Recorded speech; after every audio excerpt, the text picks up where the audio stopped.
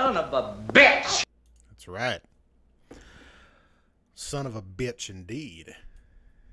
And I think it's gonna be a long, long time till touchdown brings me round again to find I'm not the man they think I am at home. Follow community guidelines. Yes. Abide right, what do we got here? What are we watching tonight? Jay actually sent this to me earlier. It's another Fuzzy Memories contribution. This was recently uploaded. This was on the 13th. It's about 4 days ago. It's a movie. It's a black and white movie, but it's a full, complete broadcast with commercials. This dates to May 30th of 1980. And we're going to be watching the whole thing. It's about 2 hours with the commercials. The commercials are where it's at. And you can see that shit in the background, even though I fucking turned it off. Which is frustrating. And, wait, transition. Wait, can you see it now? See if we can see it now. Oh, okay, there you go. That's because I didn't do that. All right.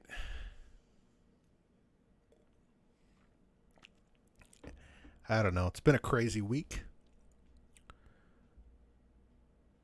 But now it's time to sit back and relax and watch some crap.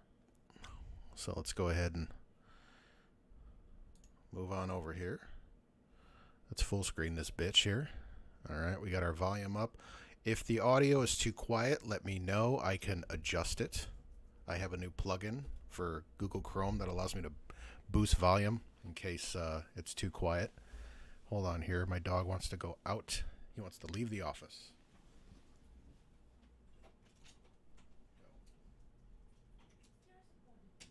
Fucking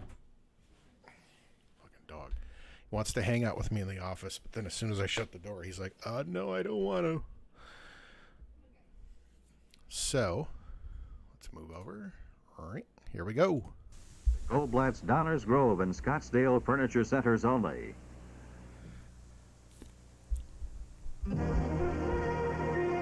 WGN Television. Well, yeah, the voice is good, but I want to hear if the audio from the video is too quiet. I can boost that. It's actually got a cool thing. It's got where you can kind of turn up the gain a little bit. And also, a lot of times these old shitty VHS tapes that are uploaded to YouTube, sometimes they only come out in one speaker, so I can switch it over to mono, so at least it doesn't sound so ungodly irritating. Chicago.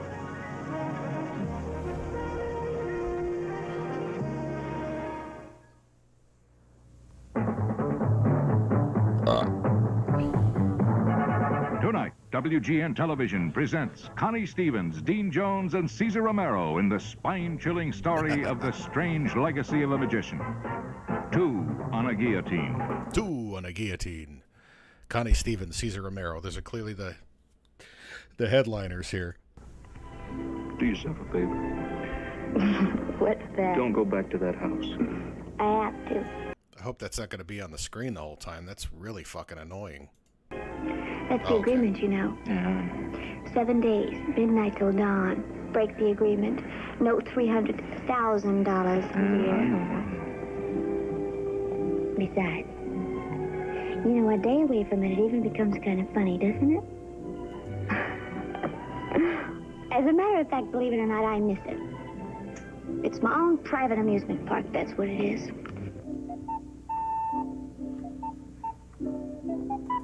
Connie Stevens was pretty hot back then, minus the hair. It looks like an upside down, what is that, imperial butter crown.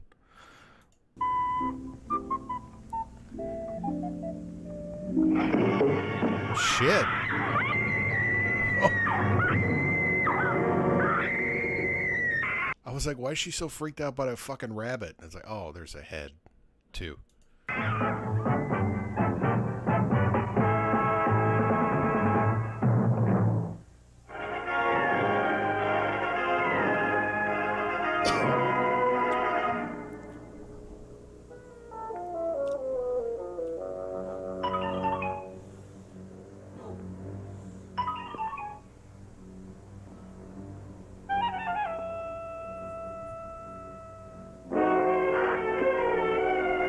Kinky.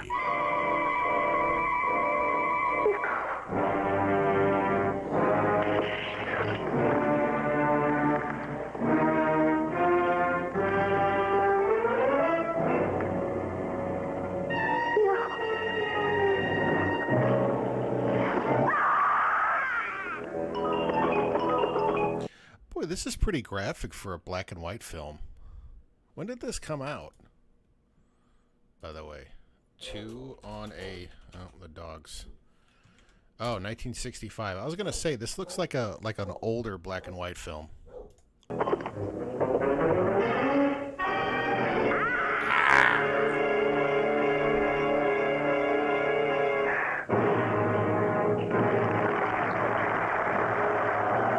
Oh, it's a performance.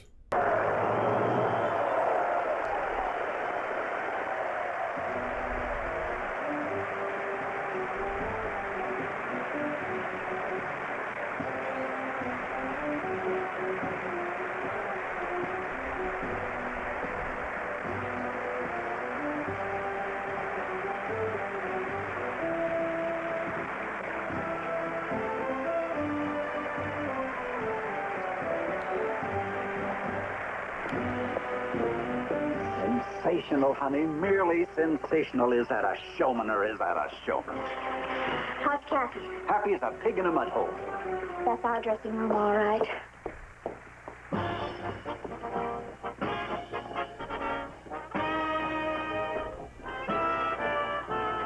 Happy as a pig in your mud hole.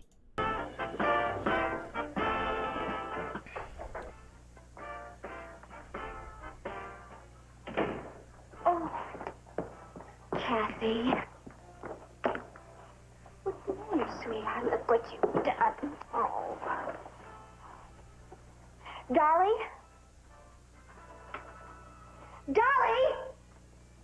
How'd it go, honey? Did you scare the pants off of them? Come here and clean this baby up. Fucking Dolly's getting hammered. Good job, Dolly. All right, as soon as I finish making Mr. Duquesne's drink. Don't bother, I'll do it. It's no bother. I said I will do it.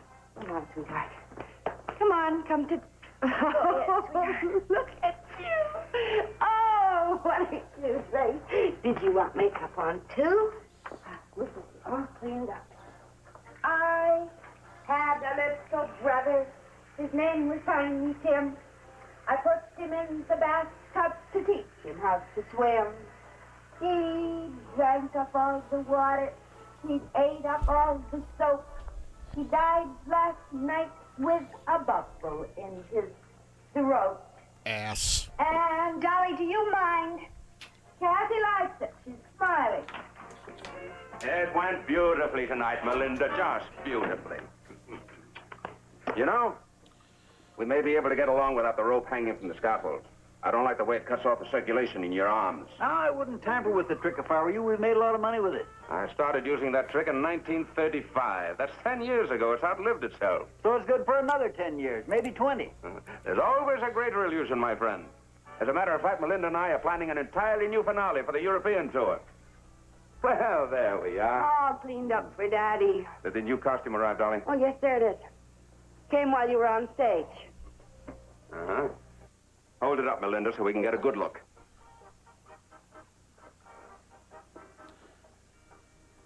The knockout, but what's it for? Marie Antoinette, the new finale. They'll lead it up in France. Come on, Melinda, we'll show him. When did they start? When did color?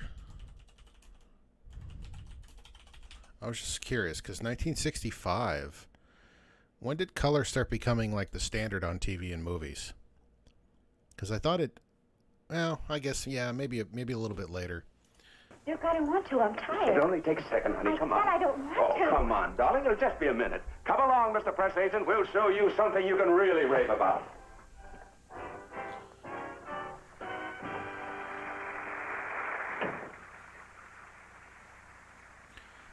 The great Stu Questney. Cassie, you've got the most wonderful daddy in the world. Later on tonight, we'll come back after a good dinner and rehearse it.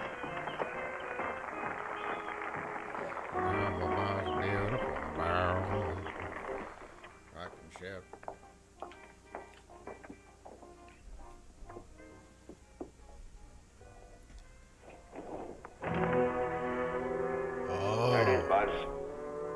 I signed it myself. The workman just finished it. So that's the contraption you put out $5,000 for, huh? That's a lot of dough for one trick. It'll be worth it. Think of the tie-in for a French audience. The heading of Marie Antoinette. Yeah, the frogs will like it. I'll show you how it works.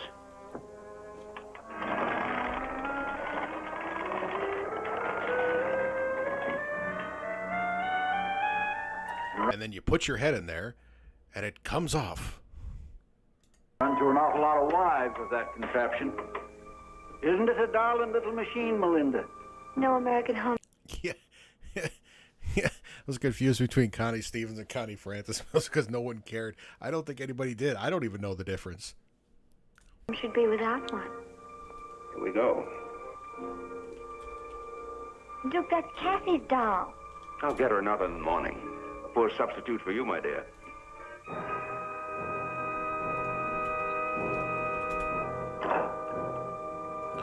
Okay, so here's Connie Francis. Right? That's Connie Francis. Quite. It looks like they kind of existed around the same time. So maybe that's why. Well, I mean, like they were famous around the same time. The darn things never work when you really need them.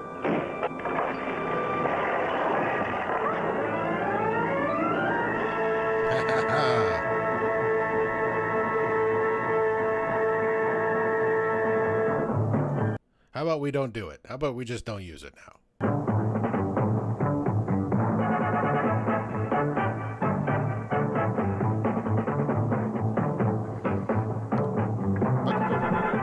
The Bachman Company presents Goldilocks and the Three Windows.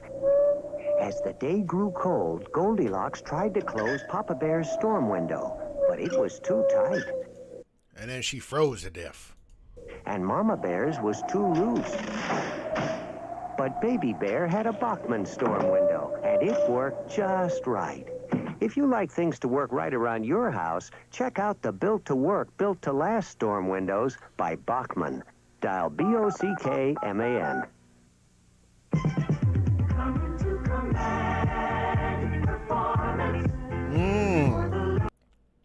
You notice how everybody's hair, even his hair, they look the same?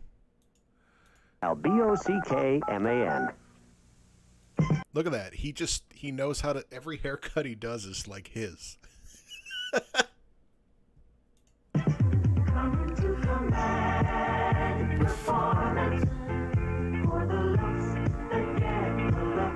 Hey, you've been to Command Performance too, I see.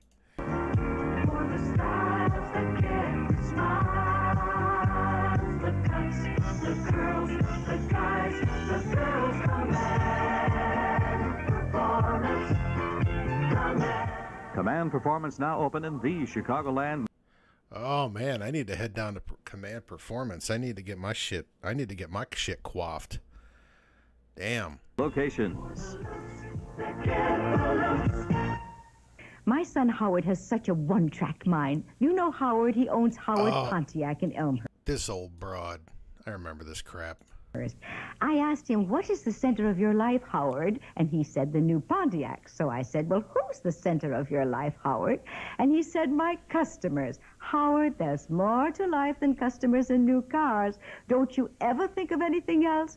And he said, yeah, Mom, when I'm hungry, I think of your apple pie. That Command, yeah, it was. We need to find that. It's like, who did that? We need to, that ought to be a useless mission to go on. Let's find out who did the backing track for Command Performance Hair Salon. Hi. Isn't Howard sweet? Announcing TWA's Goodbye Fares. Phoenix, just $131.50 each way. That's a good buy. Oh, thank you, Captain. Oh, that fucking hair. Goodbye. London, only $337.50 each way. Man, that's cheap. That's a good buy. Bye. Save 15 to 64% all over America and Europe with TWA's Goodbye Fares. That looked like Danny Pintaro, didn't it? Yeah, that kind of looked like Danny Pintaro from Who's the Boss. He would have been really young at that age.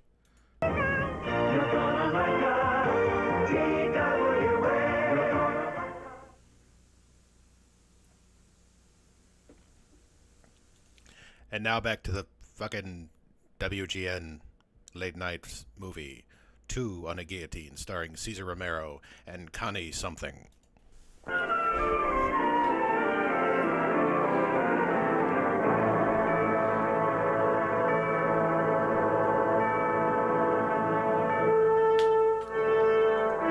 Honestly, I think they were all the same kid at that age. They all had the same hair.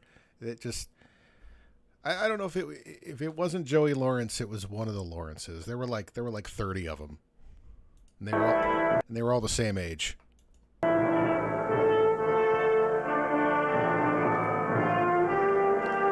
Yeah, he was. Yeah, he is. He is gay. Yeah, it was like, and if you it's like towards the end there, towards the end of towards the end of that show's run, it was like, if you couldn't figure that out, I don't know what to tell you. If you never heard Gilbert's stories about Cesar Romero on his podcast, you haven't lived. I'll have to look that up. All of his other stories are fantastic.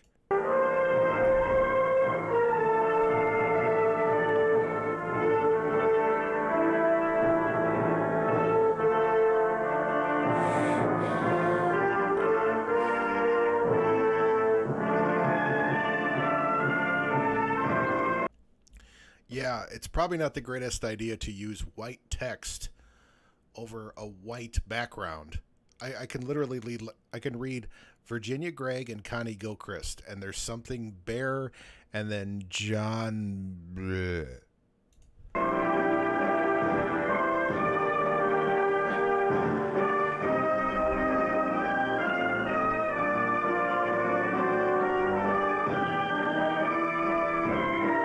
Once again, Arthur Lowell, something maybe William Zergerberger, and then I can see NC, Murray Cutter, perhaps William Wallace. He believes in freedom for set decorators, and then none of these names.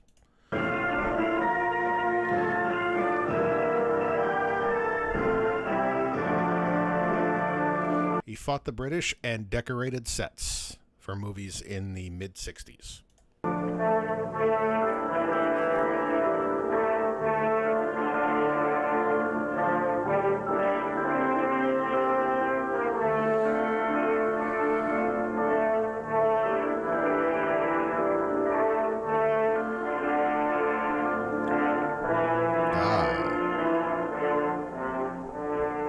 Hey, is that one dude? Is that Jaws? What the fuck was his name? Didn't he actually die not too long ago? Yeah,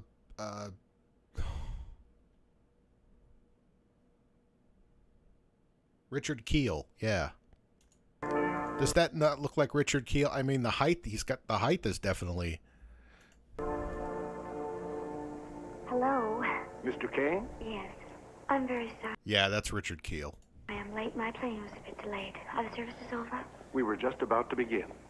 Please accept my sincerest sympathy. Thank you. Thank you for all you've done, sir.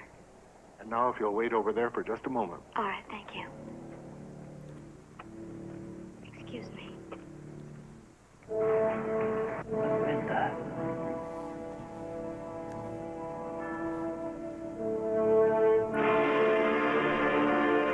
Oh, he's dead. Look at that. That's a pretty swanky coffin there. It's got power windows, power seats. It's got climate control. Look at that.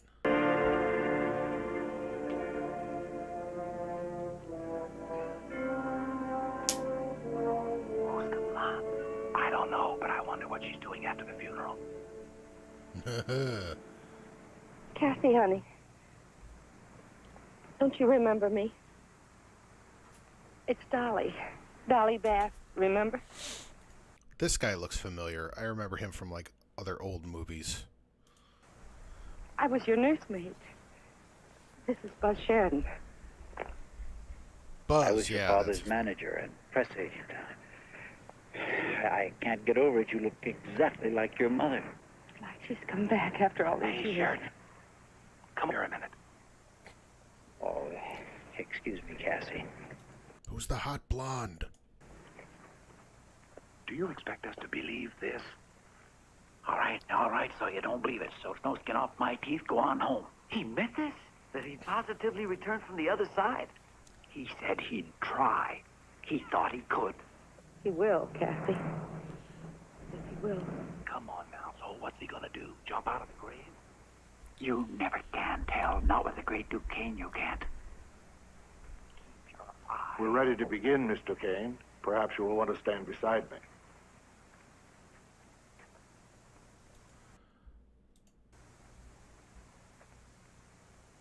Just 1 second, Reverend, if you please. All right, fellas.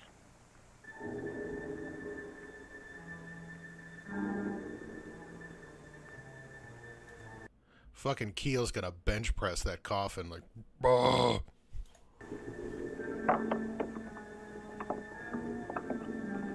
What are those for? It was his last wish.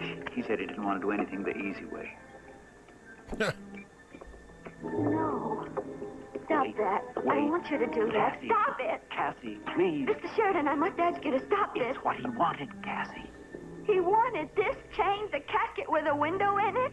This is the most inexcusable, tasteless I quite thing. agree, Mr. Kane. And so do I, Reverend. Bullshit! Your father made me a promise. I gave my word as his friend. You gave your word for what? In turning something reverend into a cheap, theatrical sideshow like this? What kind of a friend are you? I've never been so disgusted in my life. What's this all about, Sheridan? Who is she? Hey, Dolly said something about her daughter. Mr. Kane's What's daughter? going on, Sheridan? Yes. She's Duquesne's It's all part of the show. Don't worry about it. daughter. She came from back east for the... She's the daughter? Mr. Kane? Hey, what are you doing later, daughter? Mr. Kane. Want to go out for coffee later? And you know, I know your Just a dad few just words. died and all. Please, just a moment. Wait just a minute. Could we How have about a little picture, talk? Mr. Kane?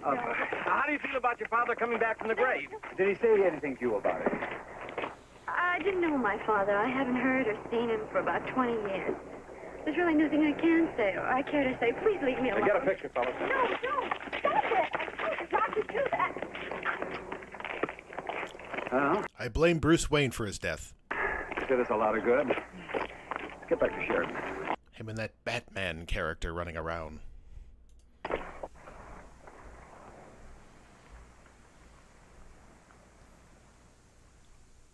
It can't be just a cheap grab for attention. Why not? Well, since when More good. does a dead man need publicity? Since egocentric hams came into existence. Oh, no, it No, Duquesne was one of the worst. Something else has to be. Look, 20 years ago, this man was at the height of his career. He has money, he has fame, he has the works, and like that, he retires. He withdraws from public, from his friends. It just doesn't sound like a publicity-seeking ham to me. I'm listening. Well, something happened. I think it had to do with this. I know all about it. I wrote this story myself. Well, that guy's rough, man. He's been through some shit. People looked way older back then. He's probably like 32. When I was a reporter. Well, now, why didn't you tell me that, huh? Duquesne loved her very much.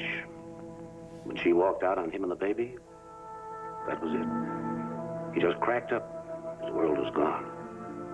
Didn't he ever try to find him? Police did. Came up with nothing. Evidently, Melinda wanted to get good and thoroughly lost. And she succeeded. Another man. A lot of people thought so. It's too bad. She was a beautiful woman. Yeah. I saw her today. She was a grade A piece of ass, if you know what I mean. What? Duquesne's daughter. She looks exactly like that. Exactly. She came for the funeral. Her father's will's being read tomorrow. Where's she been all this time? In some place in Wisconsin. It seems they farmed her out to an old maternal aunt after her mother's disappearance. Never knew her father. Where did you learn all this? From her. Drove her back from the cemetery. Well, might make a nice little human interest story. Yeah, it could be. You know, abandoned in life, meet only at graveside, something like that. Could you set up an interview in the morning? No, I'm afraid not. She's allergic to printer's ink. Well, evidently she talked to you. Yeah, well, actually, she doesn't know I'm a reporter. So, who says you are? Mr. Carmichael, you have a wicked and devious mind. You Know where she's staying? son of a bitch. Mm-hmm. Yeah, but she won't be there. She'll be at the reading of her father's will. By the way, it's being held here. By Duquesne's express wish. You son of a bitch! An old ham. Typical. Typical of him. Even in death, he does everything in style.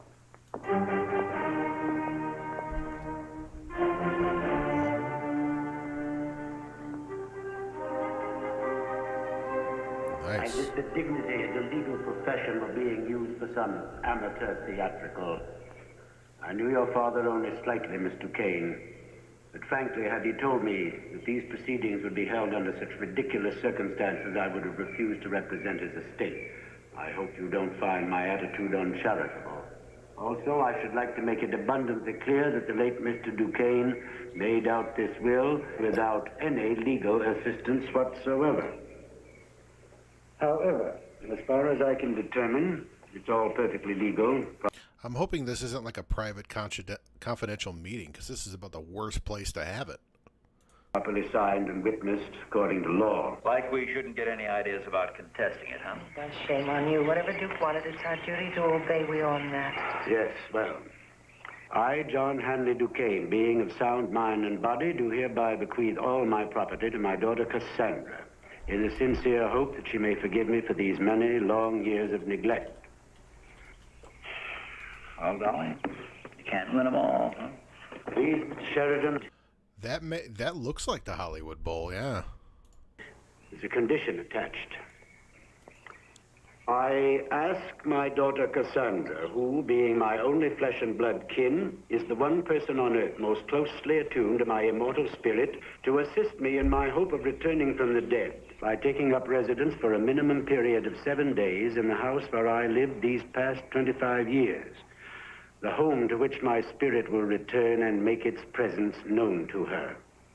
I make it a binding condition that she be in the house each night between the hours of midnight and dawn. If for any reason... How convenient for him to be listening, you know? Perhaps if they hadn't been having this meeting at a fucking amphitheater. Whatsoever, not excluding illness or death. My daughter is unwilling or unable to accede to this condition. I direct that my estate be divided up as follows. 1/2 to my loyal manager and press agent, Mr. Jules Buzzy Sheridan, to join those sums he has stolen from me in the past. And 1/2 to Miss Dolly Bast, in appreciation for having given me, as she never tired of pointing out, the best years of her life. Signed, John Hanley Duquesne. That ends the reading of the testament. Miss Duquesne, may I speak to you for a moment, please?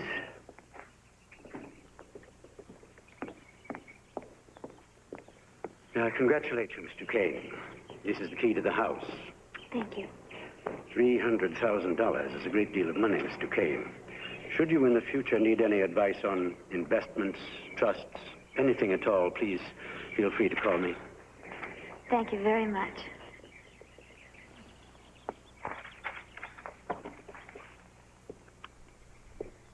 I am off to get laid.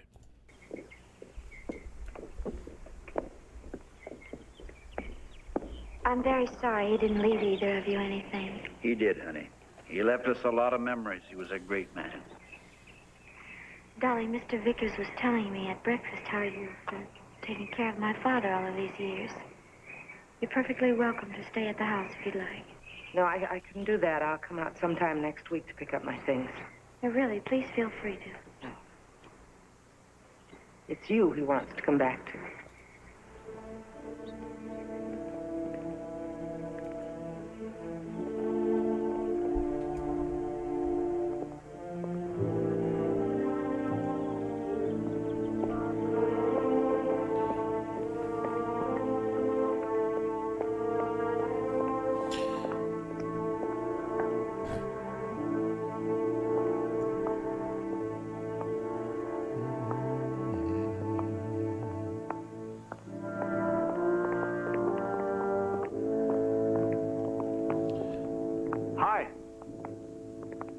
Well, hello. What are you doing here? Well, I remembered you were coming out this morning. Thought you might like lunch. Oh, no, thanks. I've got a lot to do before this evening. Uh-huh. Well, how'd the will go? Your father leave anything to you? Well, yes, everything. Why are you so interested? Well, as I said, I'm an admirer of your father's. You know, that old house of his always fascinated me. You going out there? Later? Well, it's an hour's drive north of here. Be happy to take you out if you like. No, thanks. I don't mean to be rude, but I think I can make it on my own. Goodbye.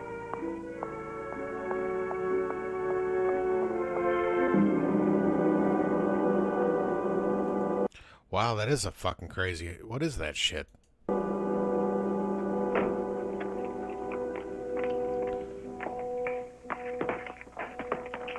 Somebody here expecting you? Nobody. You mean you're gonna stay here all by yourself? Yes. Well, good luck. For a woman? Are you sure you can handle that? You sure you don't need some supervision? Look at that hat.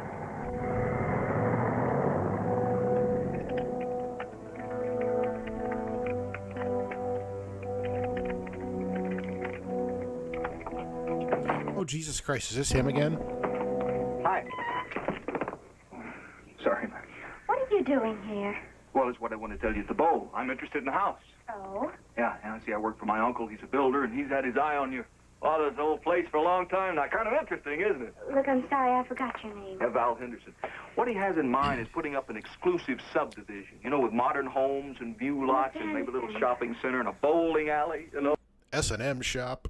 Mr. Henderson, I'm not very interested. Will you please excuse me? Well, Mr. Kane, this could be an important project for this area, you know. That's fine. I don't know what your business ethics are, if you have any at all. They certainly don't seem to include any decency.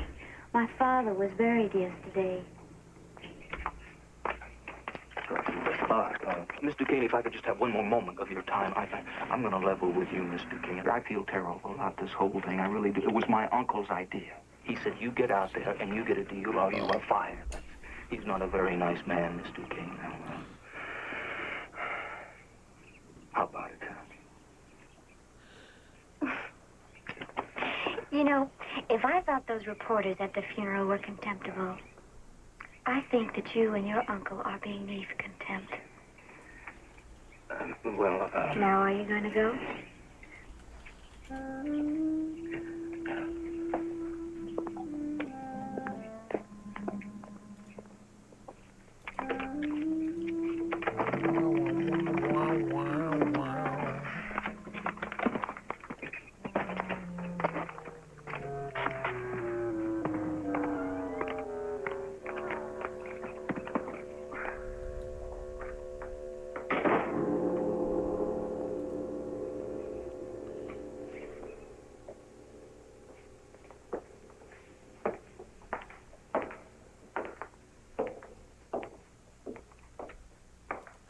By the way, Connie Stevens, I think she's still kicking.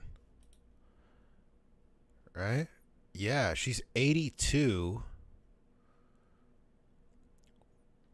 She was married to Eddie Fisher. What? The chess guy? The crazy guy? And she's worked all the way up until 2019. That's crazy.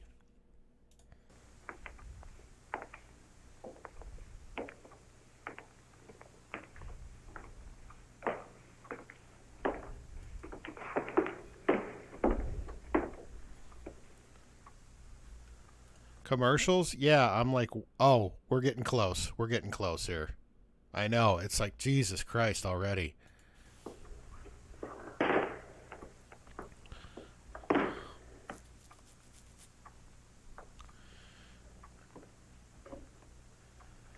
All right, all right.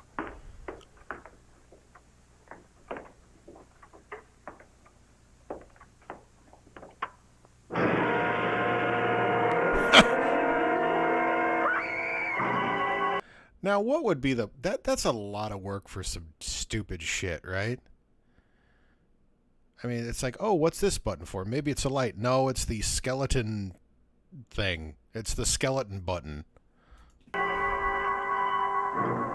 Hey, how you doing there, Connie?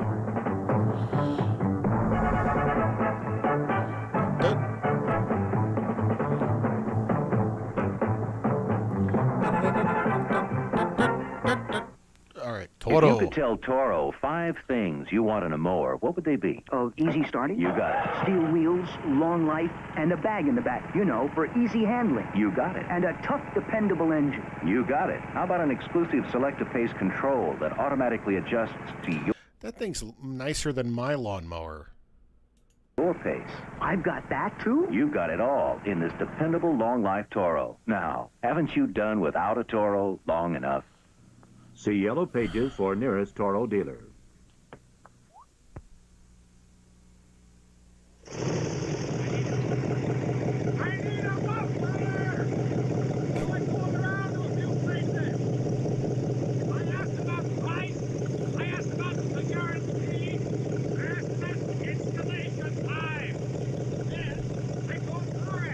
I got a herpes. Hearing is believing. Call CarX. We're in the Yellow Pages. See? What'd I tell you? Pour on the snap. Pour on the Kraft barbecue sauce. Pour on the snap. Pour on the Kraft barbecue sauce. All right. Pour on the snap. Why don't you pour it on? Pour on the Kraft barbecue sauce. Remember when commercials were so, like, everybody was so, like, just, hey, everybody was so happy to be doing the most mundane shit, right? He's brushing barbecue sauce on fucking meat, and he's just dancing and getting down, and hoo-ha!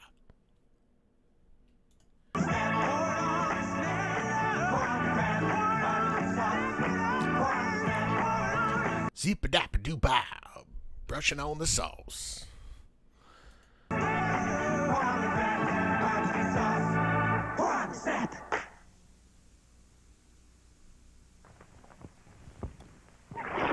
I got a bag for your easy handling. Well, Billy, come back.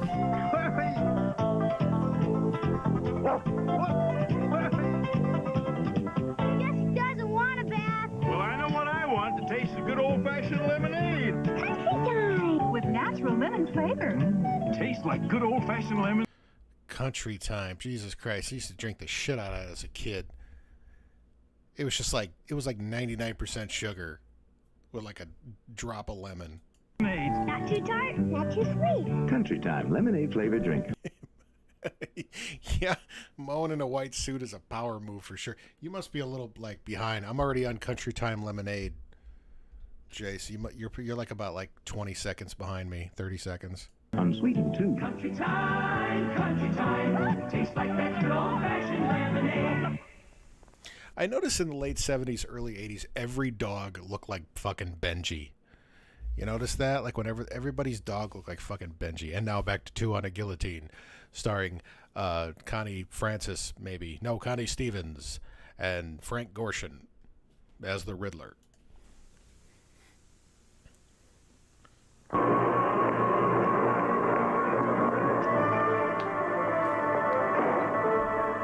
What is it? What happened?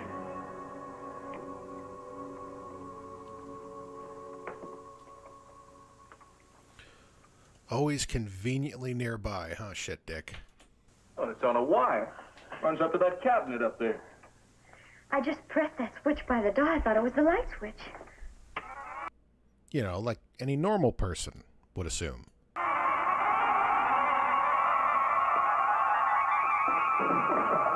Oh, it's even got music. Your father must have been a million laughs. Come on, let's find the real light switch. Well, he couldn't have had much of an electric bill. I've seen better lighting in a tunnel of love. I guess he liked the atmosphere dark and mysterious like this. Uh-huh. Like as women.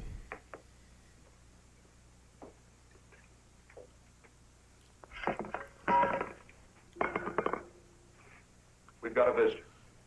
Hey, me too. Yeah. What are you doing in here? Well, every magician has to have a rabbit for pulling out a hat. Oh, we didn't have two. It'd get awful crowded. There's just a rabbit just on the desk. Not in a cage or, you know, and just a rabbit just out. There we go. Take care of you later. Hey, look, I don't think I'd better leave until we've checked this place out, okay? Oh? Well, it's the least I can do. All right, thanks. You're welcome. Okay, sure. Well, shall we go get acquainted? With the rest of the house. He's kind of got this like half-assed Jimmy Stewart like thing going on. Am I the only one picking up on that? Yep.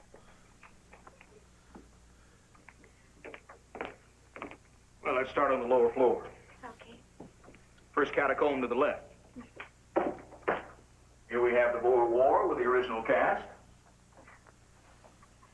Coming up, old Aunt Harriet. She wasn't feeling too well that day. Well, here's a nice-looking door right here. It's a music room. Yeah? Boy, you could do a Hammer film in here. You play anything? A little golf. I meant a musical instrument. No, I never was much good at that kind of thing. Hey, what's in here? This little parlor. Well, I better find a place to sleep. Come on, let's try upstairs. Hey, how many stories has this place got? Looks like at least 4 to me. I don't know, but I think we're going to get plenty lost. Don't worry, I'm half St. Bernard. Yeah, I'm just the half-assed Jimmy Stewart like just persona this guy's trying to pull off is not it's annoying me. D flat. He's laying it on too thick. Take your pick. Wow. That one. Okay.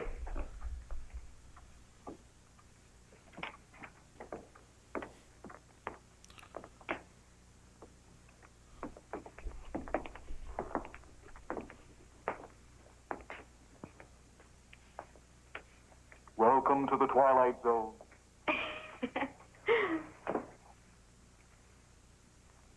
What are these? It's my father. Yeah. He used these molds to make these rubber masks of himself. What for? His act. So you'd have an assistant wear one of these on stage. The audience would think it was the great Duquesne himself. Then the assistant would disappear through a trap door or something. 2 seconds later, the real Duquesne would be walking down. I'm gonna run and get take a piss and get a drink. So if I miss something pivotal to the movie, please let me know. The aisle from the back of the theater. Yeah. If your father didn't scare him to death downstairs with that skeleton, he probably finished him off in here. Look at this. You remember these? Yeah, get a heck of a manicure with that, couldn't you? Look at all this stuff. Hey, these swords are original. Sharp, too. Must have been used for one of those human pincushion tricks.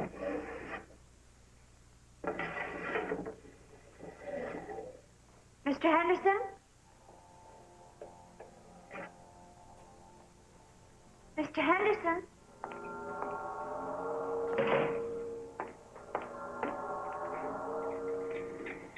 Mr. Henderson? Where are you?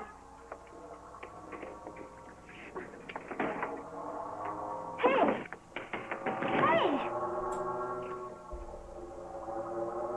You quit playing games with me now. Where are you? Mr. Henderson! All right. Mr. Henderson? Yeah. No, I'm totally with you on the Christian Slater thing. Yeah, it was total like he was just doing like this half-assed Jack Nicholson thing, especially like if you watch yes, his early shit definitely. And yeah, this guy is just half-assed Jimmy Stewart. Was there anything pivotal I missed? Mr. Henderson, will you answer me? Well, I'm right here. Mr. Henderson? Come on. Oh, what are you doing staring at me like that? Well, I didn't do it on purpose. I mean, I did it on purpose. I did this on purpose. I didn't do that in there on purpose.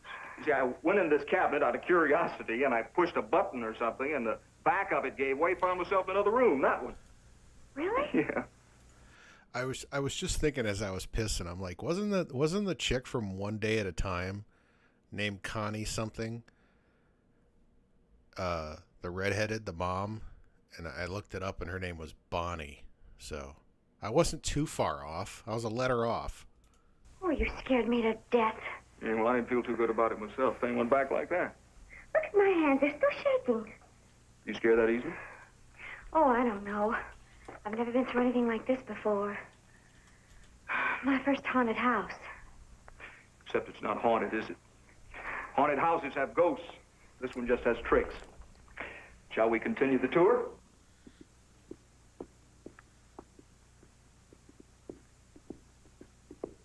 You really scared me to death down there, you. Yeah, well, I have that effect on a lot of people. Maybe this is a bedroom.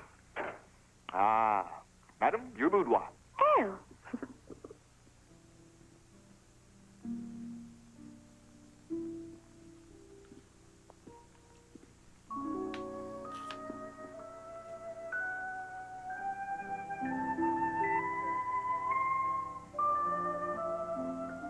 She was very beautiful, wasn't she? Still is. Why, that's you up there. That's you up there. Got a nice set of DSLs, if I do say so myself. That's the worst fucking Jimmy Stewart impression. Ugh.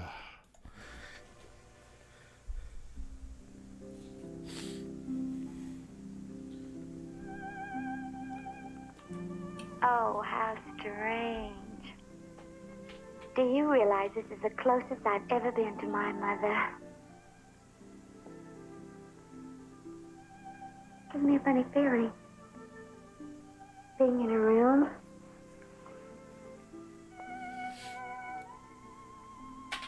Looking like her. Among her things.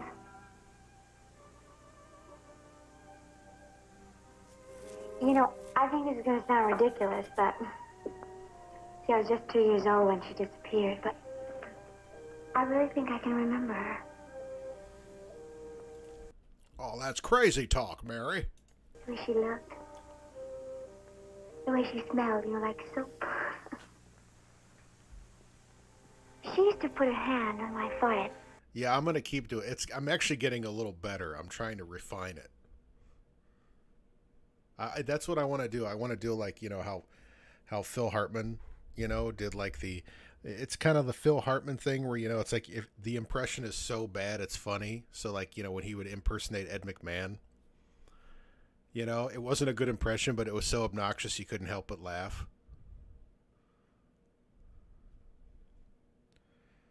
That's the worst Jimmy Stewart impression, but that's the worst approximation of an old-time portrait painting. Clearly rushed through the day before. It was. It does. It looked a little too new, didn't it? Oh, it's really soft. My Aunt Elizabeth had hands like sandpaper. She the aunt who raised you in Wisconsin? Yeah. Mm-hmm. Didn't you get along? My Aunt Elizabeth? Oh, yeah. Yeah, with Harry Carey. Yeah. Even and I know you hate it, buddy. I was just speaking of impressions. I was just thinking of this. Usually, like the so bad it's good impression thing can be kind of funny, but Buddy especially, I know you do not like the Adam Sandler shitty impression of Bill Cosby. Something about Bill Cosby, like you're like, you know, because you know you do such a good Cosby impression that you're like, if you can't do it, if it's not perfection, it's crap. She was just too old to have a child in the house, I guess. Actually, you know, she was very good. Very strict, but very fair.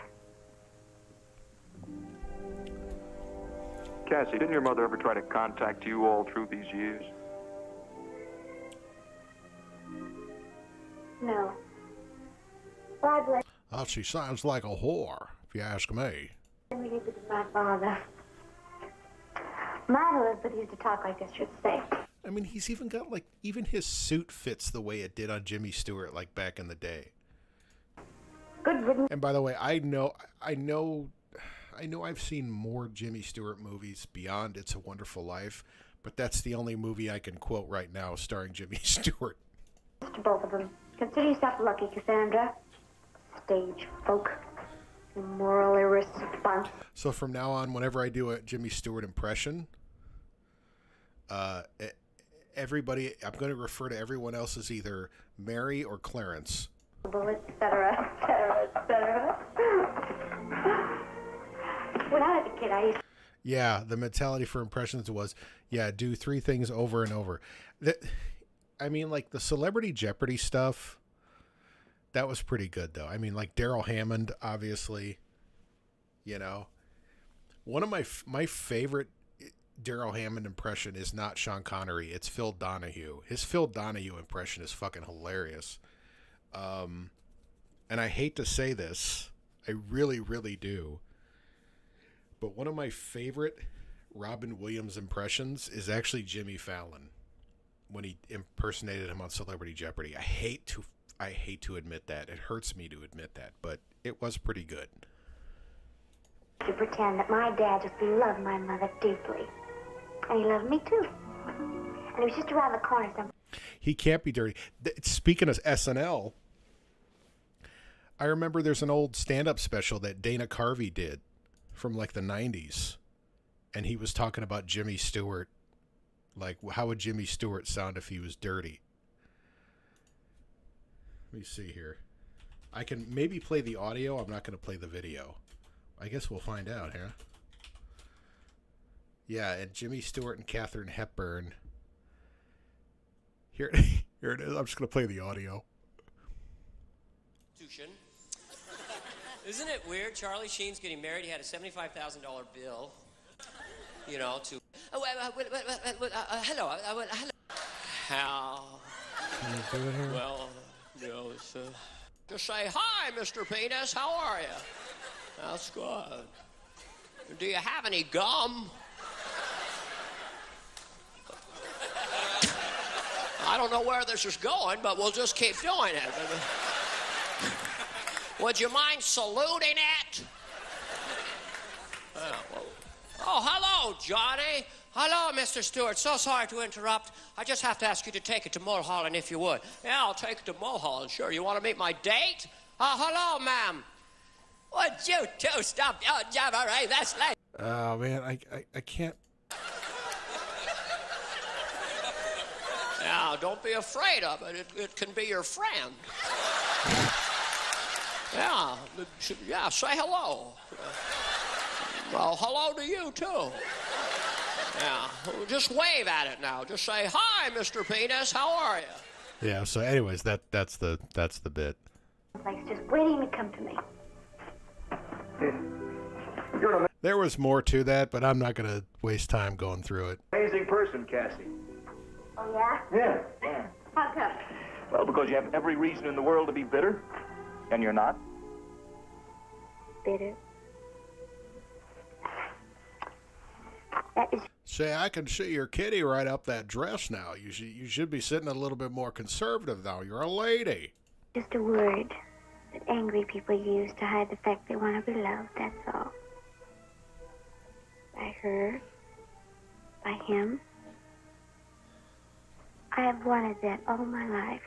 Too much to hide behind bitterness. Well, your father left you everything, left you this house. He must have loved you. Then why all the years of neglect? Now, I can't answer that one, Cassie. Only he could have told you that. Well, look, I'll go down.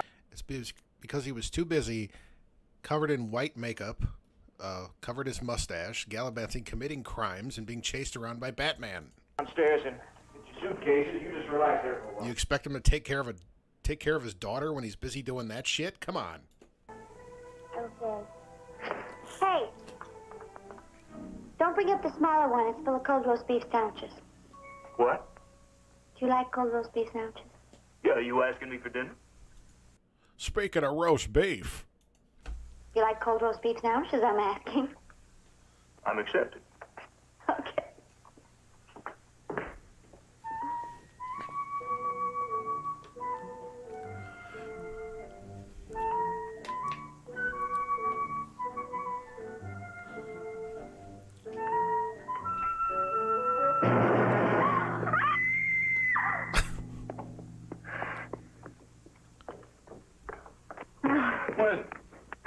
silly thing you're giving me. Yeah, well, I don't see what the big fucking deal is. It's just a cardboard stand-up. What are you getting so worked up about? I can't. I can't do this any. Doesn't seem too pleased to see us at that.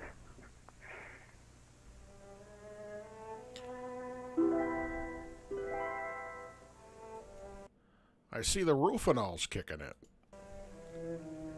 You feeling better? Sandwich helps. You want another one? No, thanks. That's plenty. But my compliments to a most charming hostess. Oh, thank you, gallant sir. Cassie, you know, I don't think you ought to stay here alone. Well, I'm not going to be alone. Mr. Vickers, he's my attorney. Said he'd arranged for a housekeeper to come and stay with me. She'll be here sometime tomorrow. I meant tonight. Oh, I'll be all right. I'm just going to jump in bed and stay there.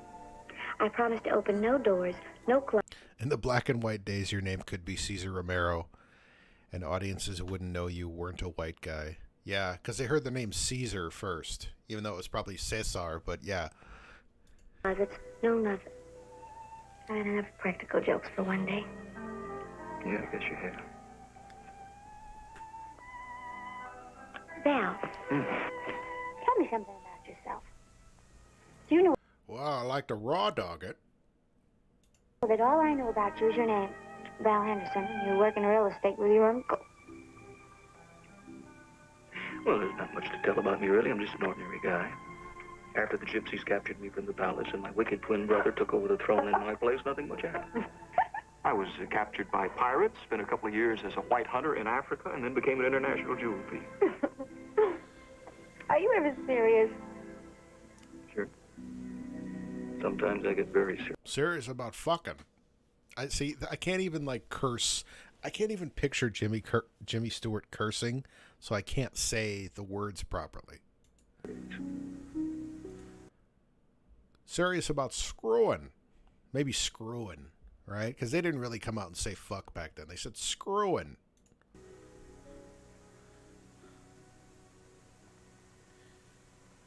Val, I'm awful tired. Let me walk you home. Okay. Only as far as the stairs now. Guessing. You know, I think it's a dreadful shame that you're wasting your time in real estate. I mean, being a jewel thief. Yeah, well, actually, I lied to you about that. I'm not in real estate. Oh, what do you do? Same old thing. Brain surgery.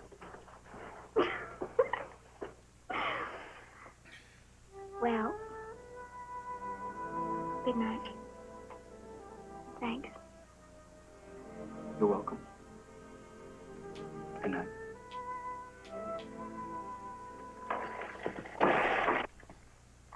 Uh-oh. What was that? I shit my pants. I don't know.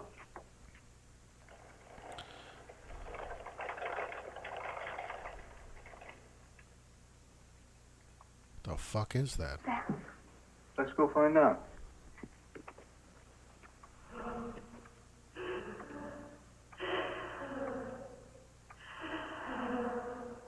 Well, that's fucking creepy.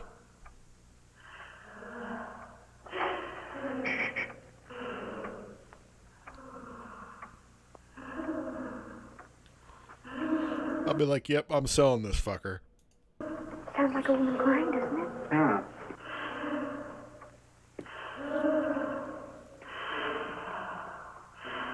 Where's it coming from? I don't know. Sounds like it's coming from everywhere.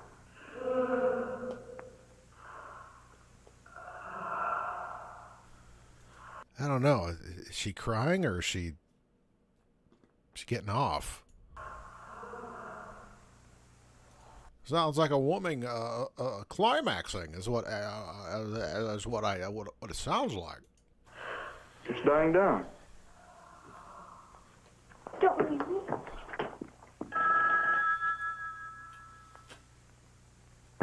Who knows you're here? I don't know. Vickers, Dolly, or Sheridan, maybe.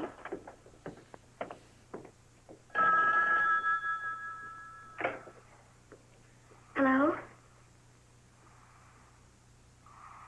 Hello? Who is this, please? The man, he's just breathing.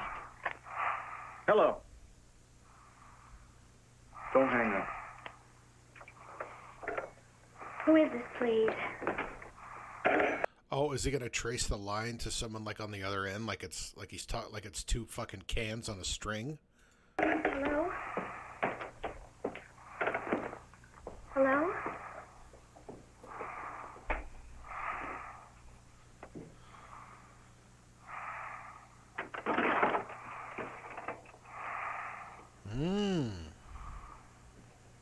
I knew it'd be something like this. That's sobbing, too.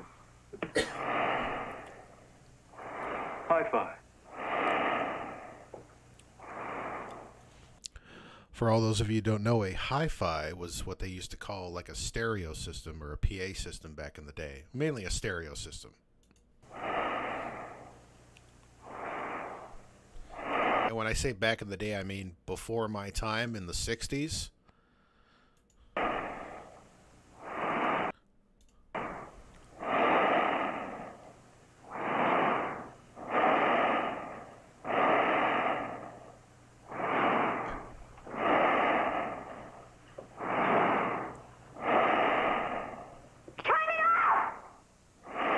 All right, jeez, calm your fucking tits. Cassie, it's a recording.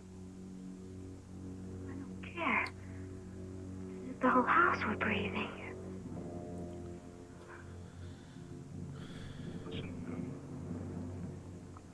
I'm not gonna let you stay here alone tonight. I'll sleep on that couch. You all right? And you'll sleep on my face. Look, I think we can use a nightcap, too. Come on. Feels both good.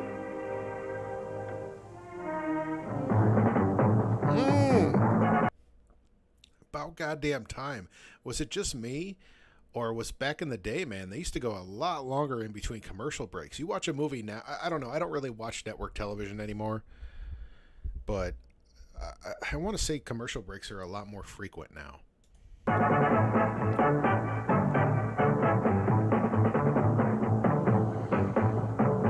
Presents Hey, Music Venture. Pop! Would you believe a record sale bigger than Venture's entire record department? You've got it! Right now at Venture. Albums, tapes, and cassettes on sale at 99 He was just doing coke off that, off the desk there. cents each, or 6 for $5.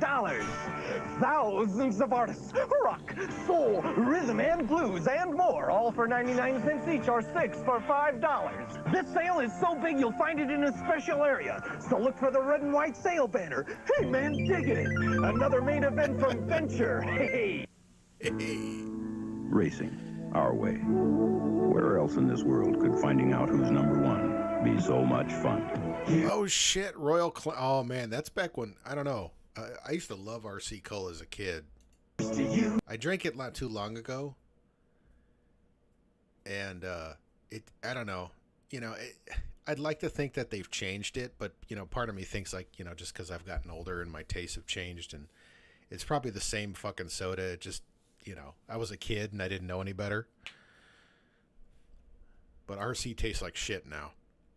You're the fun, you're the laughter, the whole world's after. You know how good life can be, and you've tasted it in a cold RC. So here's to you. Climb fucking logs and fucking go on a rodeo. And me and my RC. Here's to fun. You know what? That was back in, people would do like stressful, you know, like just labor intensive work, and then at the end of the day they just chug down a giant fucking bottle of soda filled with fucking sugar and caffeine. Time when you taste one. Maybe you never noticed, but Homemakers doesn't have furniture sales. The reason is we can't. Is that John M. Smith? John M. Smythe. Our everyday prices are so low we simply can't reduce them. But check for yourself. Oh God, look at this furniture. Jesus Christ. There was a time where this shit was like cutting edge. Ugh. Check Homemakers prices against special sale prices at any other store. And see if our everyday prices aren't as low or lower. And remember, I mean, just everything she's wearing matches everything in this fucking store. Brown and beige. Not low price furniture. It's good Is that Shelley Long? furniture at low prices. Holy shit, that's Shelley Long. Wait, I gotta go back. She's brunette, that's why I didn't recognize her. The reason is we can't. Our everyday prices are so low we simply can't reduce them. But check for yourself. Check Homemaker's prices against special sale prices at any other store. And see if our everyday prices aren't as low or lower. And remember, it's not low price furniture, it's good furniture at low prices. Man, that's mind-blowing. That is totally Shelley Long. Wow.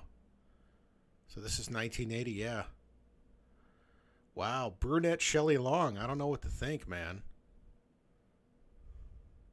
Oh, I'm kind of liking it. I don't know. Normally I'm all about the brunettes, but Shelley Long is a blonde. It's just kind of how I've always known her. I don't know how to handle this. Every day. Homemakers, Woodfield, Downers Grove, and Orland Square. And that was a local commercial. Oh, Dominic's. Does Dominic's even exist anymore? Dominic's Produce Festival features large-size head lettuce for a low 38 cents. Start crush a that super shit. salad at Dominic's. That was just a commercial, an excuse for a guy to like rip open a head of lettuce. Yeah, she's gonna sue me. She's like, you're not supposed to see me this way. I've always been a blonde. Cigarette burns, cola, bourbon. Yeah, exactly. It's back in the day you could dump a whole Tombstone pizza on the fucking couch and you couldn't tell. Our feature will return in a moment. Now here are some scenes from tomorrow night's feature, Circus World.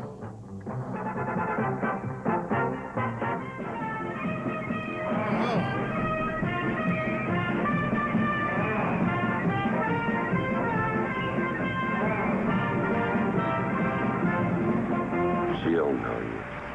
Not for a long time now. If you don't want it, never. I just want to be a performer. Working near her. Ma! Hey, Ma! Yeah, go!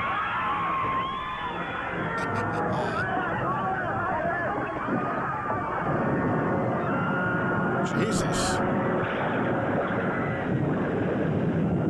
That was a fucking shitty circus.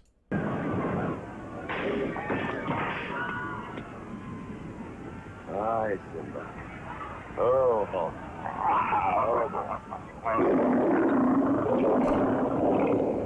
Well, shit.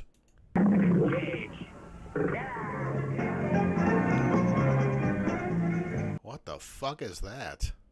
John Wayne, Rita Hayworth, and Lloyd Nolan star in Circus. Yeah, that was the best sounding, like, crunching head of lettuce I've ever heard. Like, you know, I mean, this is like an old VHS, you know, not so great quality video and audio from 1980, and yet that fucking head of lettuce. Could you imagine what that sounded like? The first, you know, when that commercial was new. Circus World, tomorrow night. And now we return to tonight's feature, Two on a Guillotine. Starring Burgess Meredith as the Penguin and Bonnie Franklin and Valerie Bertinelli and oh shit, what was the other chick's name? The fucking burnout, the drug addict. Oh shit, I'm drawing a blank.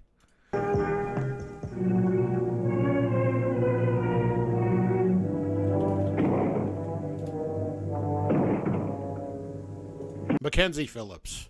Hey!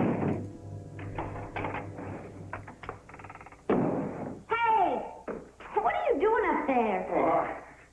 Well, I found these keys in the kitchen. None of them work. Well, I'm not going through your panty drawer, that's for sure. I think that sound we heard came from in there. If you go back to the Heinz BBQ sauce commercial, it's the chick from Used Cars. Which chick? Like the blonde? Okay. See, you can't say that and have me not go back to it. So we're at 47:33. Remember that. If you ever want to watch it, but it has to be dubbed in German. Wait, what was the barbecue sauce?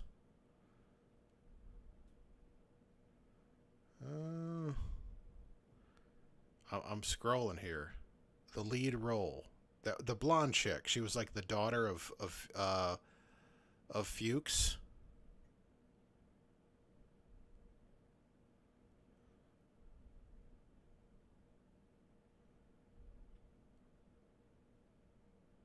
Fuck it, I can't find it.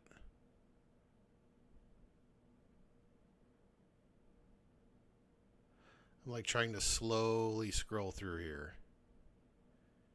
And fuck it. You mean the solving? No, the change. I think I've got the solving figured out. Oh? Yeah, see that ventilator? Yeah. When I went all over the house this morning, must be dozens of those things all over. I think the sound came up from somewhere down below, up through the ventilation system, and echoed through the whole house. Somewhere down below. I don't know. He probably had another tape recorder stashed somewhere. I got a feeling this whole place is rigged for stereo. Wish I could find the key to that door. What do you think you're gonna find? Maybe the largest collection of sound effects tapes in the world. How you feeling? Oh, fine. Things sure look better in the morning, don't they?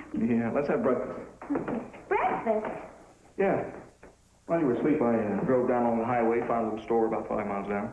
How does the busy little bee? Not too well. Drop the eggs. You like scrambled eggs? I love scrambled eggs. Oh, isn't this charming? Coffee's hot, eggs are cold. Ooh, look at these. Yeah. Okay, as fucked up as as fucked up as that house is, the last thing I want to do is try to cook anything in that fucking house. Yeah, your G spot is more towards the middle there. I didn't know you could cook. Oh, that clothes there. Huh? Oh, sure. Why don't you marry me? Haven't tasted your eggs yet. Oh God, he's like laying on the Jimmy Stewart real thick right now. Hey, where's this door go? It goes to the basement. Went all through it this morning. Dusty. Hey, let's try the coffee. Oh. Okay.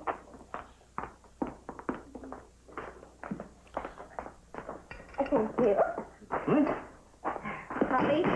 Just like uptown. There you go.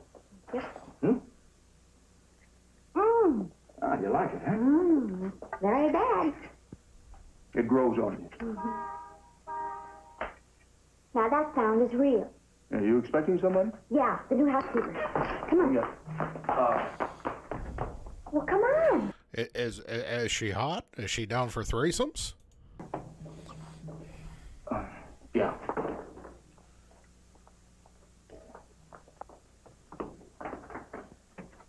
Hey, what's her name? Mrs. Riordan, that's her name. Does she know what kind of job she's taking? I don't know. Mr. Vickers just said he got somebody for the employment office. I hope she's got a good sense of humor.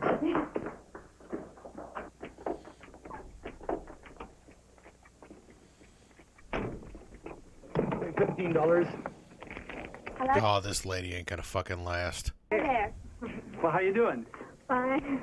You must be Mrs. Riordan. The name's Ramona. Ramona? Well, it's a very romantic name. Yeah, well, don't get any ideas. You, Mrs. Duquesne? No, ma'am. Mr. Duquesne. This is just a friend of mine, Val Henderson. Hi. Not your husband? Nope. No, she wouldn't have me, doesn't like my cooking. Oh, I'll Val, get get that. it. Yeah, sure, go right that way. Hey. Who owns this? I don't like open cars. I can't Looks like a whore's car. stand them. Oh, let me get Now, I want you to get one thing straight. I don't do no cooking, you know, just straight housework. Light housework is my business. Yes, I understand perfectly. That's fine. I'm from Jersey. Ramona, did Mr. Vickers tell you anything about this house? Nope, not a thing. Why? Is there something I ought to know? Oh, no, nothing special. Just some little things. I'll explain them later. Smells awfully dusty in here. Yeah, well, we'll get somebody in to do the heavy house cleaning, Ramona. It won't be too bad. These big houses, they get mighty drafty, and I catch colds easy. Oh? Well, we were very comfortable last night. Warm as toast, weren't we, Val? Yes. We? Last night? Oh, Jeannie's last evening. Oh, it was just perfect. It was a little Yeah, we stayed in the same house together, you uptight broad. noisy, maybe. Noisy? Uh-huh. Ramona, my father... That's right, we were going at it like fucking rabbits. left me this house, you see, and he was a magician. Sort of a practical joker, too, wasn't he, Val? Yes, sure was. So, you see, it's possible that you just might hear things. What kind of things? Well, I don't know exactly. Some noises, something like that. Well, it's something that sounds like a woman cry. You don't believe in ghosts, do you, Mrs. Riordan? Val. Do you like pain, Mrs. Ryerson? Ghosts? No. Well, we were just having some coffee. Why don't you have some with us before I get your room, okay? Yeah, that might make me feel better. Yeah, right down here. Mrs. Riordan, would you care for this last piece of toast? Huh? I say, would you care for another piece of toast? No, I don't eat much breakfast. Say, where did you say that crying came from? From my bedroom. You see that door there? Yeah. Well, that goes to the basement. It came from down there, we think. Is that Val, a stop. sausage Bill and grinder? I wouldn't worry about it. I think it's just a practical joke. Yeah. A record or something like that. A record of a woman crying? The ring. Could you imagine if there was like a housekeeper back when, when Cesar Romero was alive and living in that house? And the housekeeper's like doing their work and they accidentally press the wrong button to turn on the light and the fucking skeleton thing comes down. They're like, Jesus fucking Christ, God damn it. Can you just rig this house up normal for Christ's sake? I'm trying to clean it. Fuck the skeletons. Ugh. Yeah, that shit would get old real quick. No such thing, no. Well, I'd better get with it. I wonder where they put the vacuum cleaners around here. Oh, gosh, I don't know. Come on, have another hot cup of coffee first, Ramona. Here it is. Mr. Kane, I put in my 8 hours every working day. That's what I get paid for, see? And then I relax on my own time. Oh, I just thought I'd help you a little bit later if you want. You go ahead and have your coffee. I better get up in that front hall. And I don't need no help. When I do a job, I do it. Yes, ma'am. She's gonna be dead by the end of the night. Guarantee it. You know, I get the distinct impression Mrs. Riordan isn't ever going down in that basement. Me too. I She's a grade A twat, is what I say. don't care. I just feel better having somebody around. Oh, well, thanks a lot. Where have I been? Oh, I don't mean that. I mean here, from now on, permanently. You've been very nice, sir. Lots of laughs. Hey, let me pour you a cup of coffee. All right. Guess you'll be kind of anxious to get back to the city, huh? Oh, no hurry. Matter of fact, That was some pretty weak-looking coffee. I mean, even for black and white, like that shit was pretty light-colored. I'm kind of attached to this old place. Oh, yeah. Mm-hmm. There's something about it I like.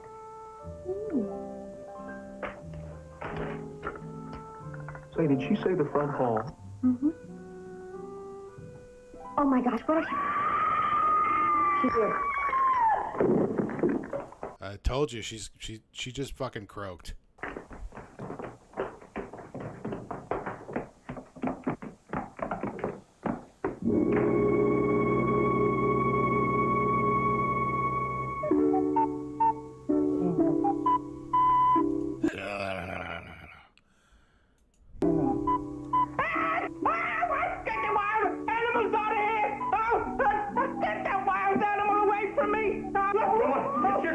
Ramona, it's fun and laugh. Oh, this is a crazy house. Sorry, I want to get out of here. Oh, they'll get you people. You're crazy. Please, Ramona, I want to talk to you for a minute. I want to get out of this crazy house. Ramona, Troublemaker.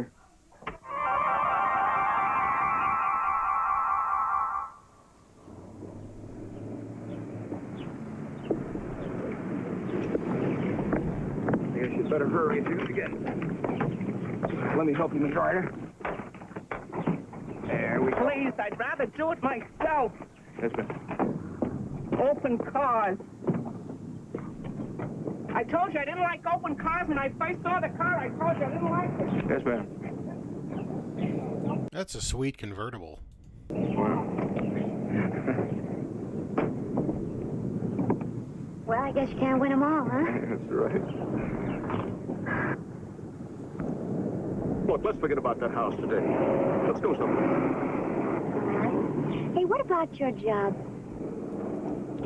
Oh, I have a very indulgent uncle. Look, it's a beautiful day. Let's find some real normal, everyday people and have a relaxed afternoon. What do you say? Go.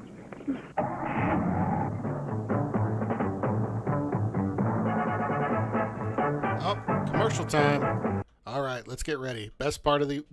We're almost halfway through the broadcasts here, so... Yeah. You drink beer. You've probably tried it. So we have Heineken, Daub, and Beck's. At least one of these fine imports. Beck's, Heineken. But for people the world over who know and appreciate an exception... We're so old, the commercials are the best part. Well, honestly, it's really, it is the best part. It's kind of funny, isn't it? Like, remember recording shit off the TV back in the day on VHS, and like, you had two options, right? You either sat there and sat through the whole movie and like hit pause when the commercials would come on. So later when you'd watch it, you didn't have to sit through the commercials. But eventually you would fuck that up, right? You'd hit pause and then you'd forget to hit unpause when the show came back on or the movie. And then you'd lose the whole recording and you'd be like, fuck it. So eventually you're just like, whatever. And you just let the thing record through the commercials and all. So you would just so when you went back and watched it, you would just fast forward to the commercials. But now, so many years later, I'm so glad that the commercials are here, because that to me is the real, that's how you really gauge the era, is the commercials, not the movies. Beer, Dab, by Dortmunder, is becoming the obvious choice. Dortmunder, Dab, isn't that like a weed thing now? Like a marijuana thing, something called dabbing. This is what the kids are doing now. It's the action of or practice. Apparently, it's the action or practice of inhaling small quantities of concentrated and vaporized drug, typically cannabis oil or resin. Good Lord, kids today. And its taste tells you why. So come on, America, Why? Reach for a Dab. You'll love the imported wonder from Dortmunder. Dab, ahead of its... I so want that fucking mug. Look at that thing. class in taste and tradition. Ahead of its class. There's definitely a head on that. Costs a lot more nowadays. This line shows what's happened to the price of gasoline since 1975. And this line can help you beat those high fuel costs. Toyota, your unbeatable Toyota dealer. Oh, these cars are like collectors now. You don't see these things anymore. I know, I want that fucking mug. Dealers, total economy cars and trucks are very fuel efficient. Like this front-wheel drive Corolla Tucson. It uses less gas. 33 miles per gallon. Estimated 43 on the highway? Shit. And that was back in 1980? Gee. And the domestic car companies wondered why they got their asses kicked. Gas, you spend less money. Simple economics. Doesn't it make sense to see your unbeatable Toyota dealer now? I mean, as much as I loved, like, you know, fucking 80s cars, you know, those big fucking boats, man, those things got horrible gas mileage. And, yeah. As somebody who drove more than their share of full-size 80s cars, I can tell you, man, those things were like, it was like, hey, we're going to make a car with a big V8 engine in it, but it's going to have all of the disadvantages of having a V8 and none of the advantages. It's going to get no power, and it's going to get horrible gas mileage. Enjoy.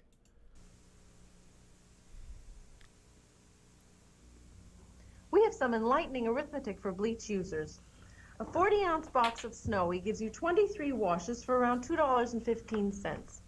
It takes 87 ounces of Clorox 2 to get the same number of washes at a cost of around $3. Now, maybe to you, 85 cents is chicken feed, but since it is a fact that Snowy is every bit as effective as Clorox 2, why would you want to pay more for a bleach when you're not getting a better bleach? Well, let me tell you this. Is fucking Snowy still around? Because I know Clorox is. Guess we know who won that shit. If I take some Heinz ketchup and put it in a kitchen strainer and do the same with the other national brands, something amazing happens. See the difference? How about this? Yep, we challenge... Yep, Heinz be thick. Yeah, fucking big bleach, man. Nobody talks about big bleach anymore because it's all fucking Clorox now. Other national brands, yeah. The competition, and they ran. Heinz ketchup is thicker, and Heinz really pours on the flavor. Now, which one would you rather have on your hamburger? Look at that burger. It's probably not even a real burger. It's probably like a piece of rubber that they painted to look like a burger. Thick, rich Heinz. You never run out of great taste. Now back to our WGN feature presentation, 2 on a Guillotine, starring... I'm running out of fucking Batman characters. Who else is left? I said Frank Gorshin. I said Burgess Meredith. Fuck.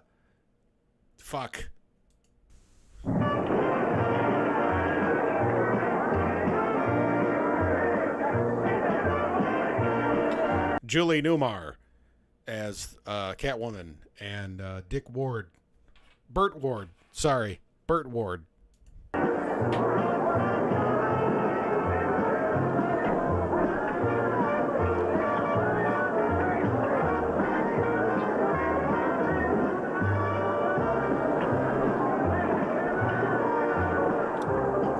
Wait, so they went to like a fucking like carnival fun house? The fucking house that you live in is a carnival fun house. They could have saved so much money.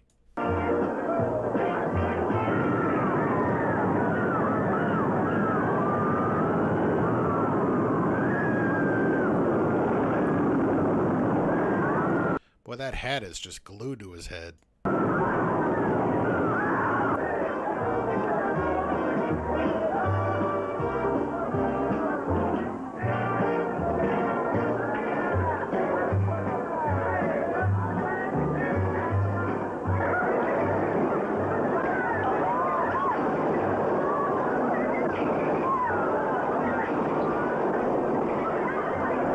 That was back when you could get whiplash from the bumper cars, and nobody sued. And 2 down and 1 to go. The lady wins the big prize. She's got a ball. She's winding up, and there she goes, folks. The lady wins the prize, the safety valve pillow, specially designed for pretty girls who can't make up their mind. You lucky little winner, you. Oh, that's wonderful. Yeah, look. Oh, shit. You lucky little whore. Keep pitching, pal. Keep pitching, boy. Yes, sir. Step right up, folks. Oh, I'm pitching. She's catching. Yeah, that looks safe.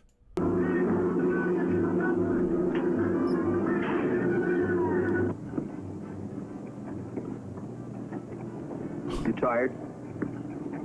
Oops. We must have walked a mile. Yeah, we did. What time's it getting to be? Like 5. Maybe we should think about getting back to the house soon. We're going to have to stop at the grocery store and get some groceries because you're invited for dinner, all right? Yeah, fine. Any chance of finger banging you in this capsule? Hey. I've had an awful lot of fun today, Bowers. Thank you. Well, so have I.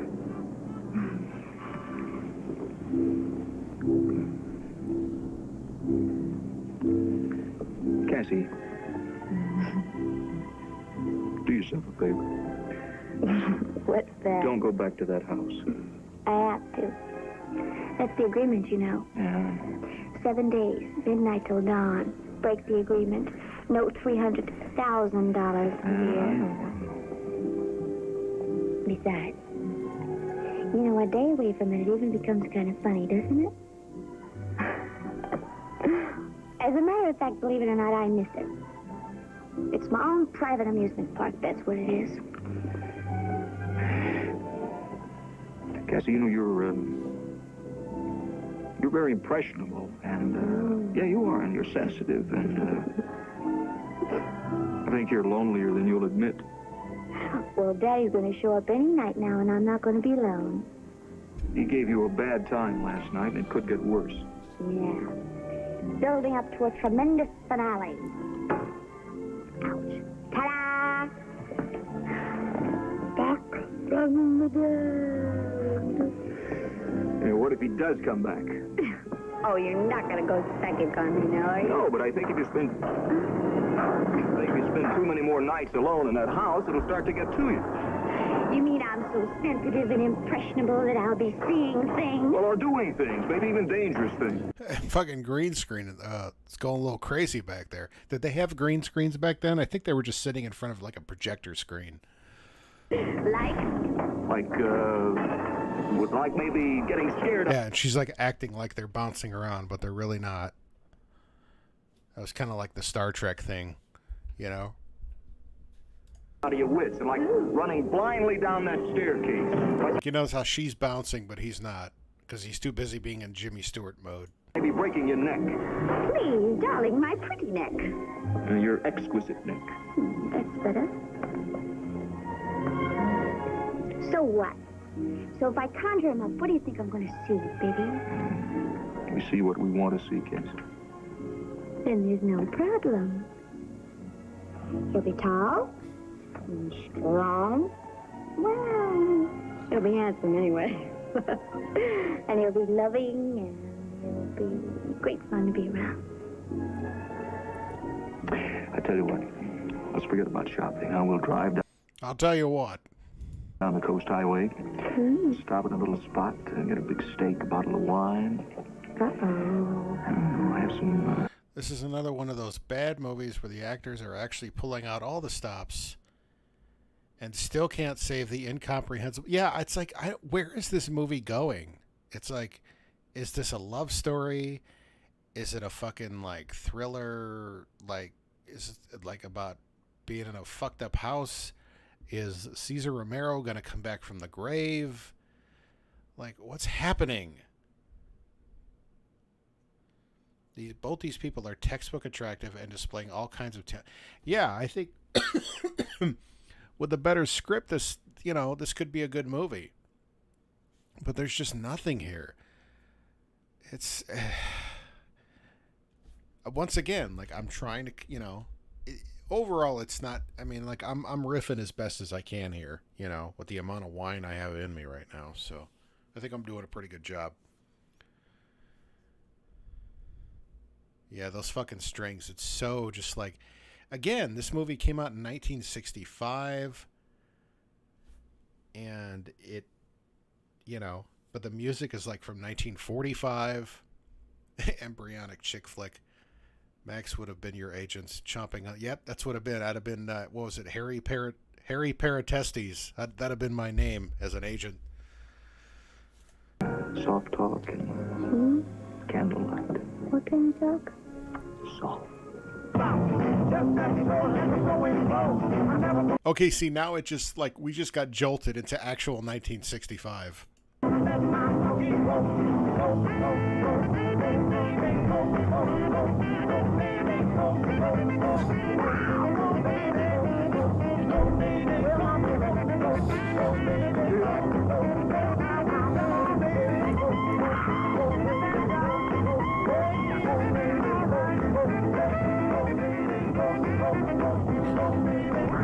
It's like the movie, the writers were like, oh shit, that's right, this takes place in present day 1965. We need to relate to the kids.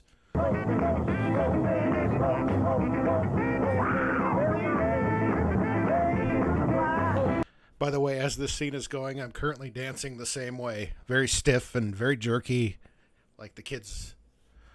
The kids that are all in their early 20s, but they look like they're about 35.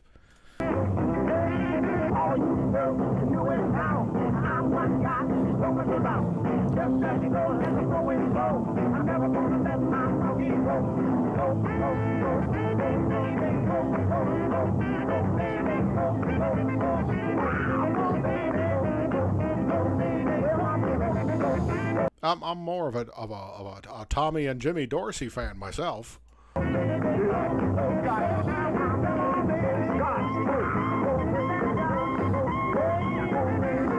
Yeah, I don't think they serve scotch in this motherfucker. Yeah, she's got some kind of like neurological condition.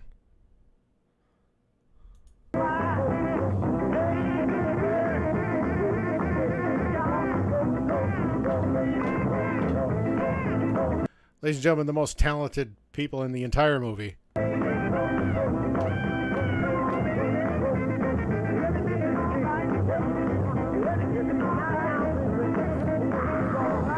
I want a modern version of this microphone. Look at that thing.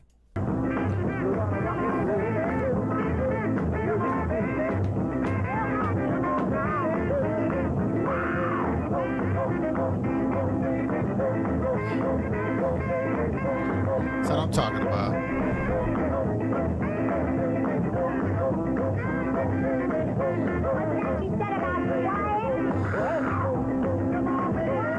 That's a super chrome dong microphone.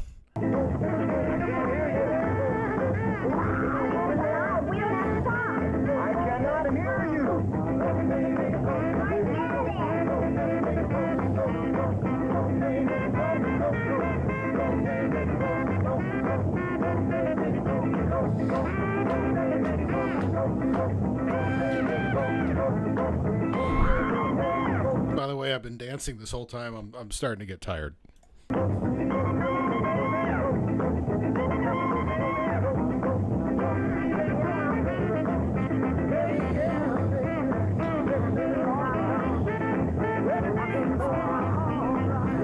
Is this supposed to be romantic? Like, I'm just figuring that out. Is this supposed to be like a romantic scene here?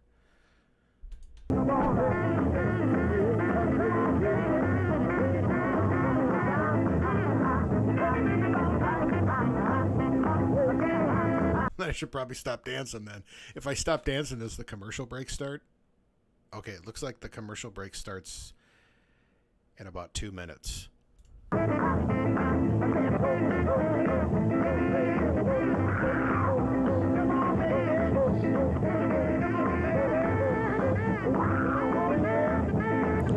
Oh, good God, just fucking do something.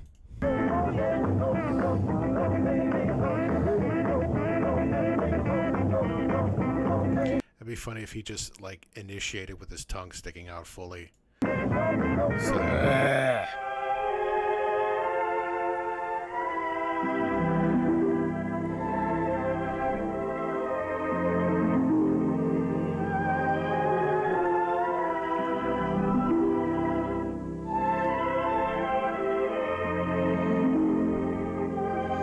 Those goddamn strings and that fucking tweed jacket.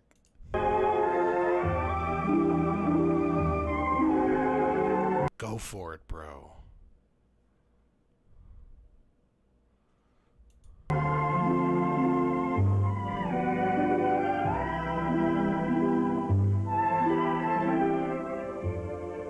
Are they back home?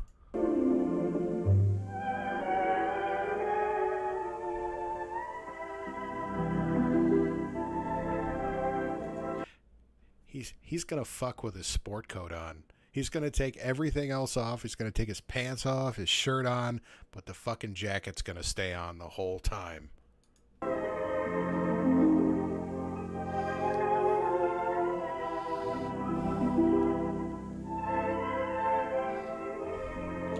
No matter what you do, the fucking tweed jacket never comes off.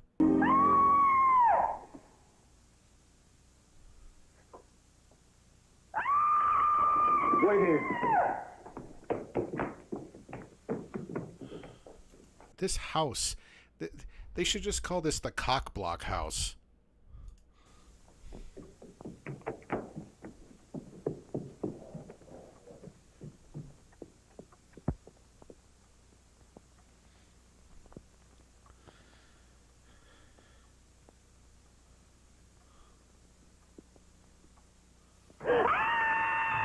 Oh, shit. Oh, fuck. Okay, hold on. Nope, I'm pausing this. I gotta pee.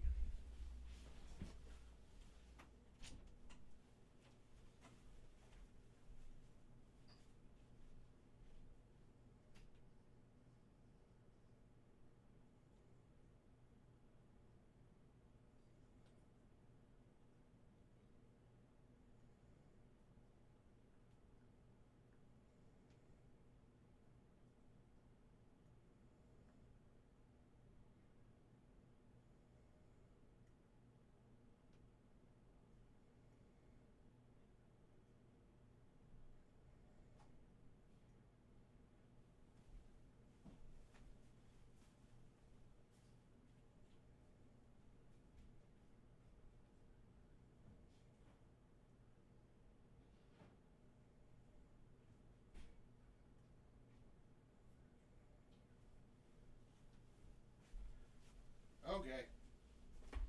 I'm back.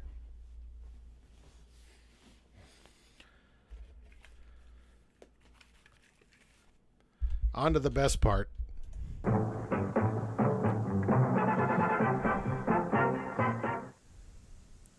Save 25 to 60% in Goldblatt's $2 million famous brand home. Goldblatts. How long did Goldblatts last? They're not around anymore, right? Are they? Okay, it was an American... Yeah. Who'd they get bought out by? They're defunct. All stores closed by 2000. They were officially defunct in 03. Bankruptcy. Did anybody buy them out? However, changing markets. I'm reading the wiki page right now. However, changing markets, increasing competition, and shit, they didn't even... It wasn't even the internet that took them out. Bunch of pussies. However, changing markets, increasing competition, and old stores doomed the chain. In 2000, Goldblatt's closed once again. Ames. Jesus Christ, that's how old they are. They got purchased by Ames. Purchased several former stores to enter the Chicago market again. Ames had taken over many of Zara's former Chicago stores. All of them later closed. But later in that same year, they returned to reopen their 47th and Ashland location. Goldblatt's later took back 4 more locations when Ames closed their Chicago stores. In 03, the company closed their stores for good and liquidated. Furnishing sale now in progress at Goldblatt's, Downers Grove and Scottsdale Furniture Centers only.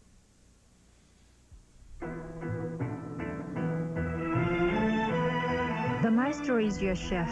See him prepare a symphony of delicacies. Divine shrimp, steaks with a taste and texture beyond compare. What? Fresh vegetables of magnificent flavor. And the company at your table Oh, good God. Do I even have to say anything here? makes every meal at Run of Japan a festive affair. Birthday parties that become an event. Dine in the splendor of Japan at Run of Japan near North and North Ron of Japan. Right next to Ted of Poland. Brook. Wix Furniture has made Father's Day gift giving easier. Every chair and recliner is on sale. Give Dad a solid wood rocker or comfortable easy chair. Save on That was a very comfortable looking solid wood rocker. handsome recliners in a variety of covers. Save on stylish accent chairs and swivel rockers too. They're all on sale and ready to take home. And they're all backed by the Wix promise of satisfaction. Sale ends on the Monday after Father's Day. Quality home furnishings at prices you can afford. That's Wix Furniture. Wix. Love that fake brick in the background. Itasca, which is what? That's over. That's up by O'Hare, isn't there? And then Harvey, everybody's favorite town. Wheeling, Willowbrook, North Riverside, and my hometown of Maryville, Indiana. I know exactly where that Wix used to be. Members of your community have condemned a new motion picture entitled Gorp as being totally unredeeming and offensive. Here, in a rebuttal, is the producer of Gorp. Those people drown their children. You know they did. They did, right? Those smiles were too, those were too genuine.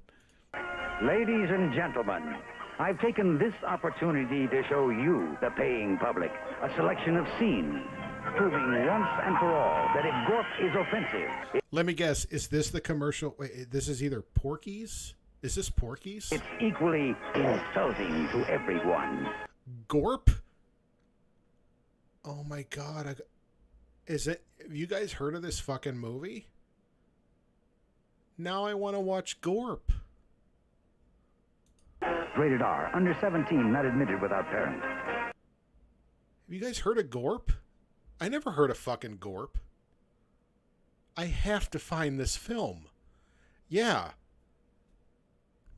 Just because it's called Gorp. Oh no. This is what I love about watching this old shit. Is that there's so many of these movie commercials that I've... Okay, so Gorp, 1980. Holy shit, it's got Dennis Quaid in it. It's got Fran Drescher, Dennis Quaid, Rosanna Arquette, These are the people who I recognize. Oh my God. I don't know if we could get away with watching this movie, though. There's other people who I recognize their faces, but I don't know them by their names. A slapstick comedy about a wacky antics of a group of waiters at a Jewish summer camp in upstate New York. Oh, shit, I gotta watch this fucking movie.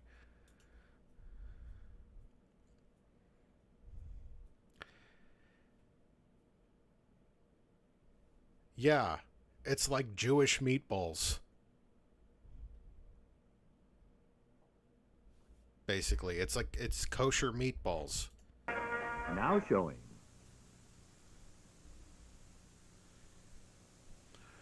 Two on a Guillotine. Or, excuse me, we now return to the WGN late night movie, Two on a Guillotine, starring Eartha Kitt and the guy who played Commissioner Gordon.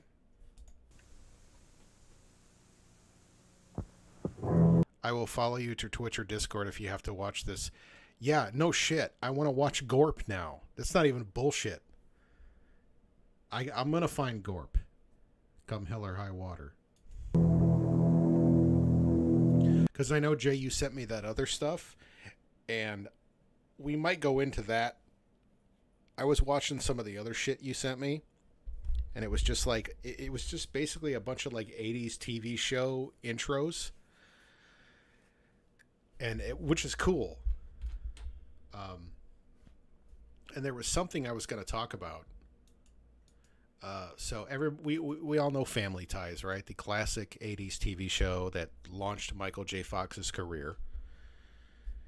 But there was something I didn't realize. I was listening to, you know, I always thought the theme song to Family Ties, which is a song called Without Us, that was sang by Johnny Mathis and Denise Richards.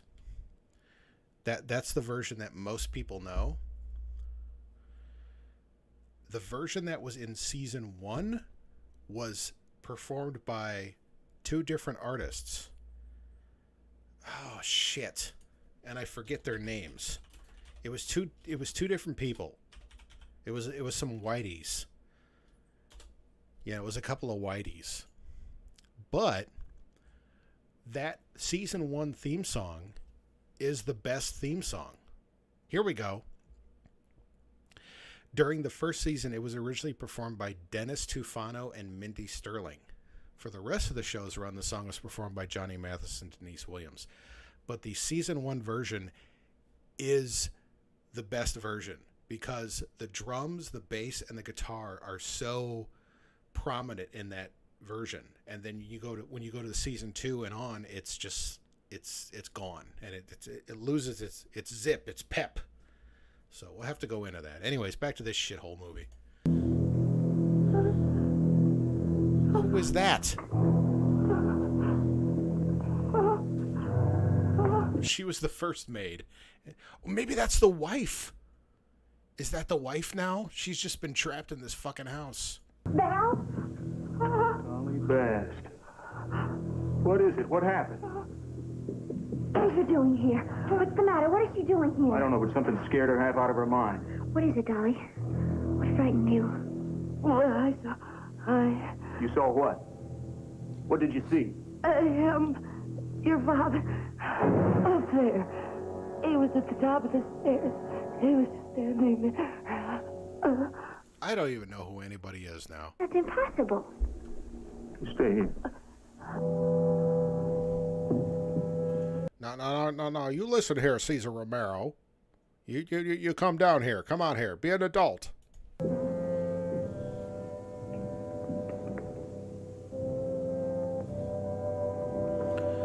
But buddy, I'm telling you, man, I ought to play.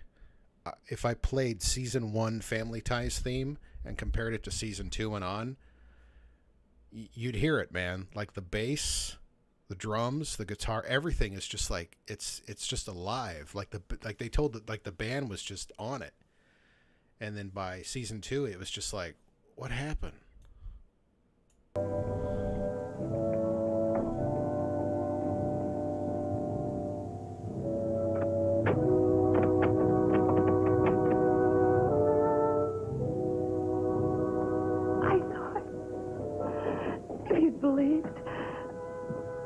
loved him. Like I did. Like I do. But I'm definitely watching Gorp. Yeah. If you know what, if you guys just want to hang out on Discord next weekend and just watch Gorp, because it'll probably, I don't know, I'll probably get copyright struck for that shit if I try to stream it live. I think even on Twitch I might get axed. But I gotta watch Gorp now. But I do love her. Oh, but you don't need him. Only I need him. Only I can't live without him. Dolly, there's a room at the top of the stairs. It's locked. It's always locked. He's the only one who ever went in it. What's in it? I don't know. You know where the key is? Yes. Well, where is it? Get it for us. I can't. It was buried in his grave with him. It was his wish. Come on, let's go downstairs.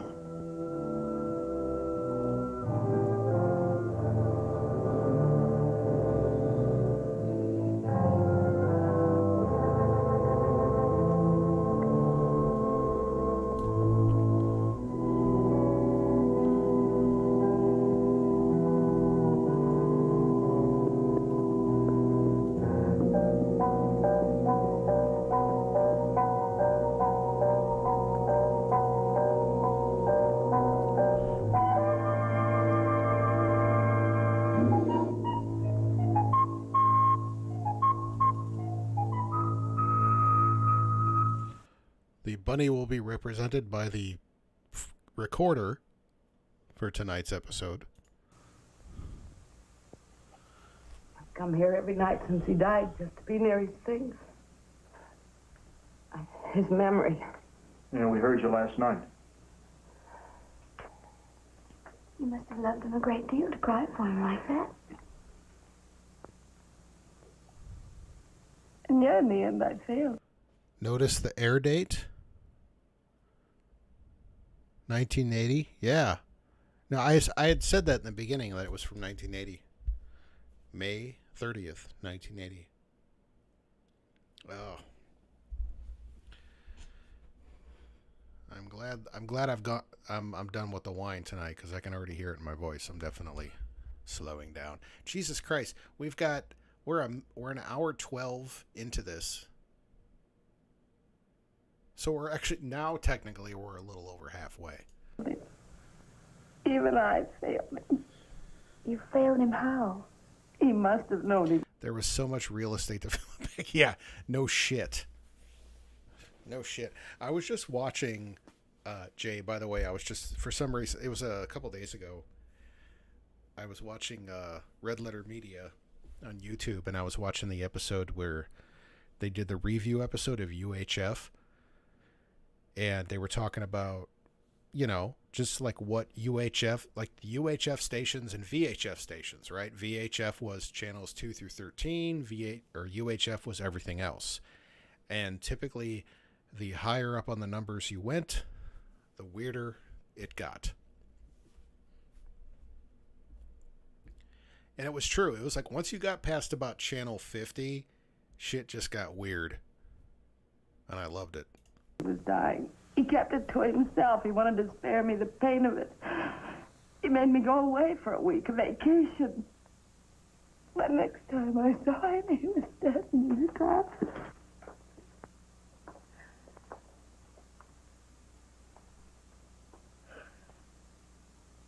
He died alone. I'll never forgive myself that. He needed somebody around him all through the years. And why didn't he ever try to contact me? You don't know how lonely it was. Don't I? Well, don't you think a thing like that works both ways? Why didn't you try to reach him? Because I didn't think he cared. Cared? He worshipped you. He did? Oh. is this movie now? Like, I don't even know what's going on. Like, is it a romantic comedy? Is it a thriller? Is it a drama? I'm so confused. Dolly, if I've made a mistake all these years, I've got to know.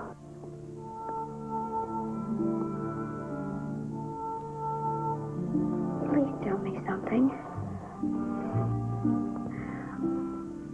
I don't think it's a mistake. Forgive me to memory, but I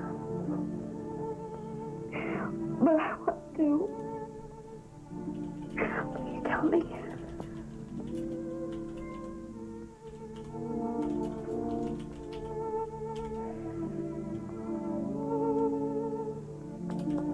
Years ago, the night your mother went away, it was like the end of the world to him. He wouldn't believe she was gone. Night after night, he'd sit out front in the music room. He'd say, Dolly, where's Melinda? She hasn't played her harp or sung for me for a week. Where is she? And we'd walk all over the house searching for Melinda. He had tape recordings of her singing and playing, and I'd play one of them, and he'd get This is supposed to be the dramatic moment here. easy in his mind and he could sleep again, but the next night it would be the same thing all over again. Are you saying Cassie's father went mad after his wife left him? Grief can drive you mad if you love deeply enough.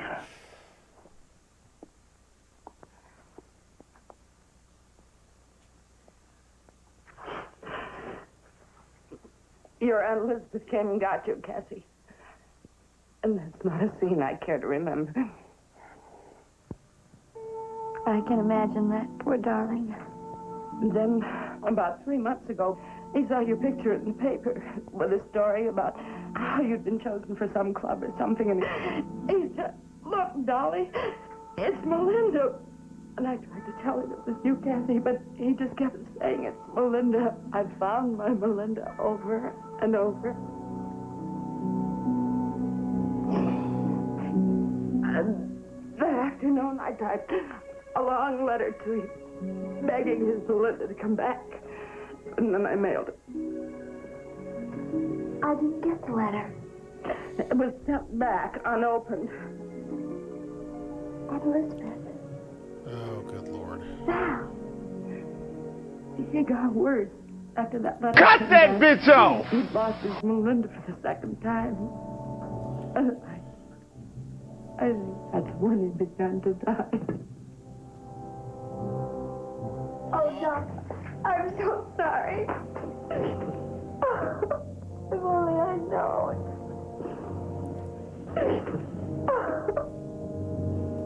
Hey, I thought I was going to get to finger blast you here. What's going on here? Please come back, Cassie. Please come back. Cassie, can I talk to you for just a minute, please, alone? Alone? Yeah, it's important. It'll just take a minute. Come on.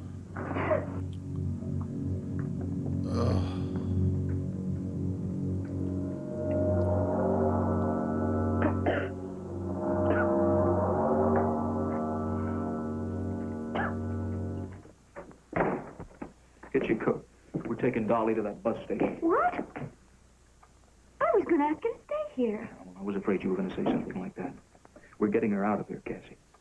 Why? Because she's not good for you. And besides, I think she's putting on the performance of her life. Val, that's ridiculous. Do you believe she saw your father's ghost on the staircase? No. All right, what did she see? Well, she saw something. Oh, what, a shadow? The rabbit? What? I don't know. Maybe it's as you said at the amusement park, Val. She's a person who sees what she wants to see and needs to see. And so are you. Now, you keep her around here, needling you and bugging you, and she'll have you seeing spooks in another couple of days. Well, if you're scared Oops, sorry. out of this house before the 7 days, who stands to gain?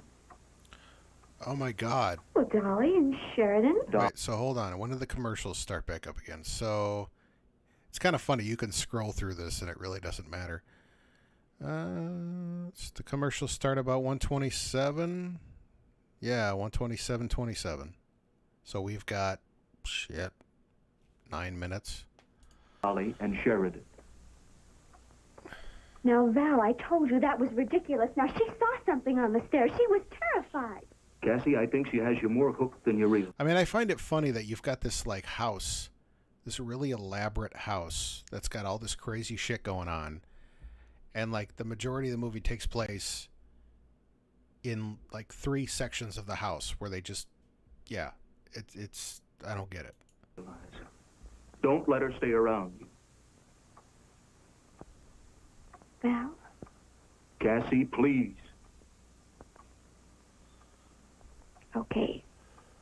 Okay, you win. All right. Get your coat. I like how her tweed vest matches his tweed jacket. No. Will you take her, please? I'd like a glass of hot milk, and I'd like to go to bed. All right, well, you sure you'll be all right? Yes. I suppose you think that Sheridan's up in that locked room there waiting to scare me out of my wits, huh? You hurry back? I'll hurry back. I'll be waiting.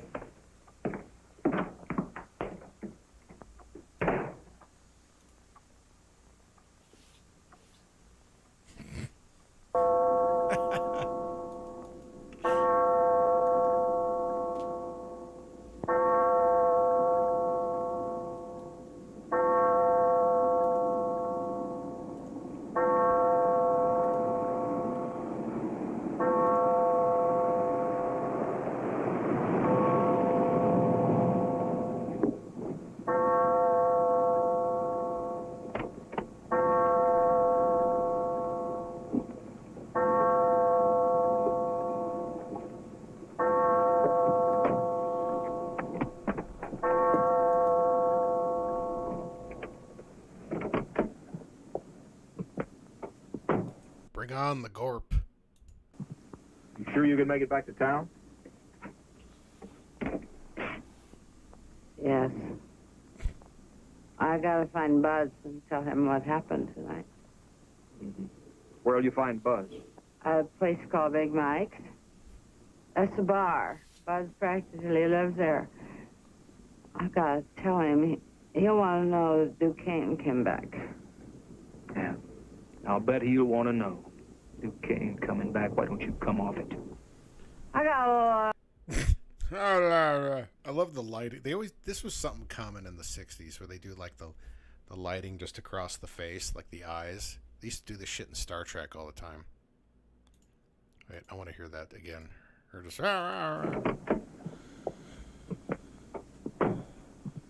You sure you can make it back to town? Yes. I gotta find Buzz and tell him what happened tonight. Where'll you find Buzz? A place called Big Mike's. That's a bar. Buzz practically lives there. I gotta tell him. He'll want to know Duquesne came back. Yeah. I'll bet he'll want to know.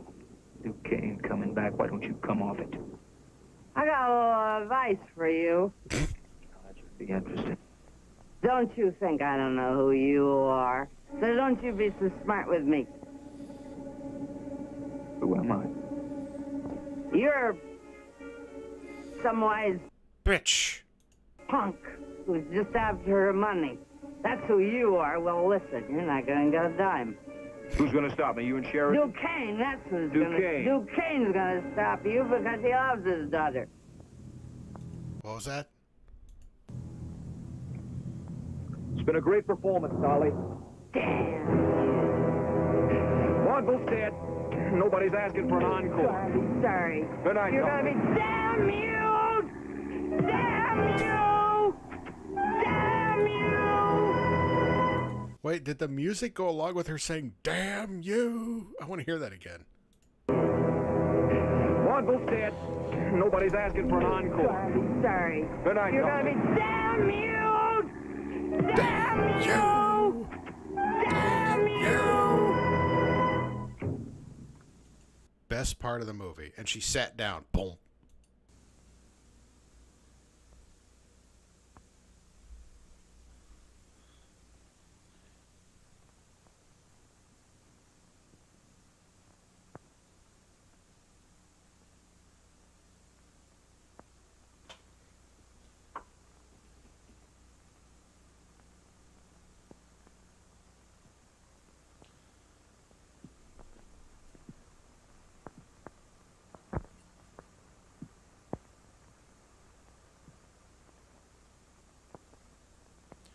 All right, commercial time.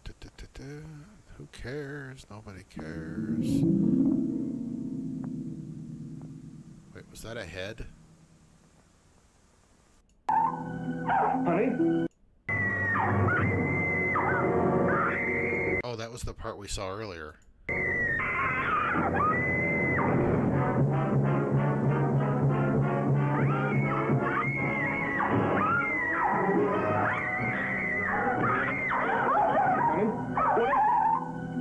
Honey? What happened? What is it?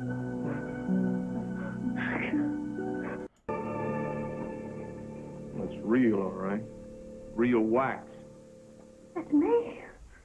That's me. Cassie, it's a likeness of your mother. Sorry. Here's Super Spring Clearance. Get super sale prices on Goodyear's best-selling tires now.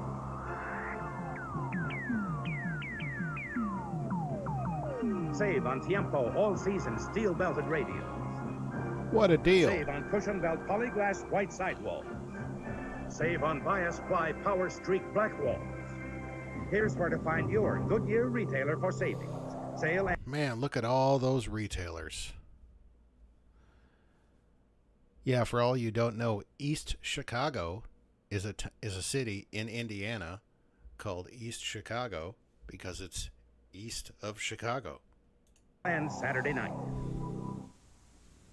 I'm a softie. I like soft lights, soft music, and Oh, soft no. carpeting. I chose from Lincoln with a soft Oh, that oh, look how seductively she's rubbing that carpet. pipes. Now, Lincoln can't bring the soft lights or soft music to your home, but they can bring large samples of this beautiful 100% nylon pile carpeting. Enough for 3 rooms, 34 square yards for only $169, excluding padding and installation. 3 rooms of carpeting, only $169, a very soft price. Ooh. I'm a softie for budget terms, That fucking carpet is not soft. too, and Lincoln's terms are less than $10 a month. Since I'm a softie, I didn't want to run from retail store to store, so I called Lincoln at National 29000, and they brought big samples right to my home, 16 lovely colors, National 29000. rich solids and lively tweeds. Lincoln gave me a bonus gift, too. Attractive tableware by International Silver, 24 pieces, 6 place You got some shitty silverware. settings free. Be a softie like me. Call Lincoln Carpeting now. Lincoln is Chicago's largest shop-at-home service. Call National 29000 anytime, 24 hours. Oh, this is before the jingle. It used to be National 29000, National 29000. Our phone service, National 29000. You have to use it to believe it. Texaco lead-free gasohol, Texaco's highest octane unleaded fuel. And according to an independent survey in the Midwest, they really love it. It's terrific. Oh, boy. So this is 1980. The gas crisis was still going on. And, yeah, this is why. Yeah, when they hit commercials for actual oil refineries, Texaco.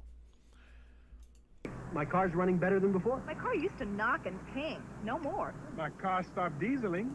Hey, was that Lamont? That was Lamont. In the Midwest, they really love it. It's terrific. My car's running better than before. My car used to knock and ping. No more. My car Yeah, it's a real shithole. stopped dieseling. 8 out of 10 motorists who had experienced problems report reduced knocking, pinging, and dieseling with Texaco lead-free gasohol. But you have to use it to believe it. Trust your car to the products with the star. Shutan Camera is famous for delivering the highest quality at Chicago's most affordable prices. And now we prove it again by offering the incomparable Nikon FE with lens for only $299.95. Nice. An absolutely unheard of low $299.95 for Nikon's finest, the professional's camera, the famous Nikon FE. Shoot with the best, your cost is less. It's Shutan. Shutan. For every camera need. Wow. I ran out of Batman characters. I still don't know what you're going to get out of Sheridan. Well, I don't either, but it's worth a try. But if Dolly and Sheridan are behind this, he's not going to admit it. Maybe he'll give himself away by covering up too much. Anyway, I want to talk to Dolly again while she's sober. I'm at the point now where I'm so uninterested in fucking half-assed Jimmy Stewart and Connie Francis. I just want to fast forward to the next commercial break. Is Cesar Romero going to come back? Oh, he is. Okay, we're going to fast forward to that. But first, we're going to watch some more commercials.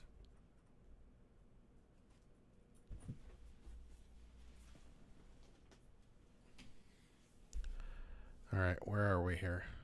There we go.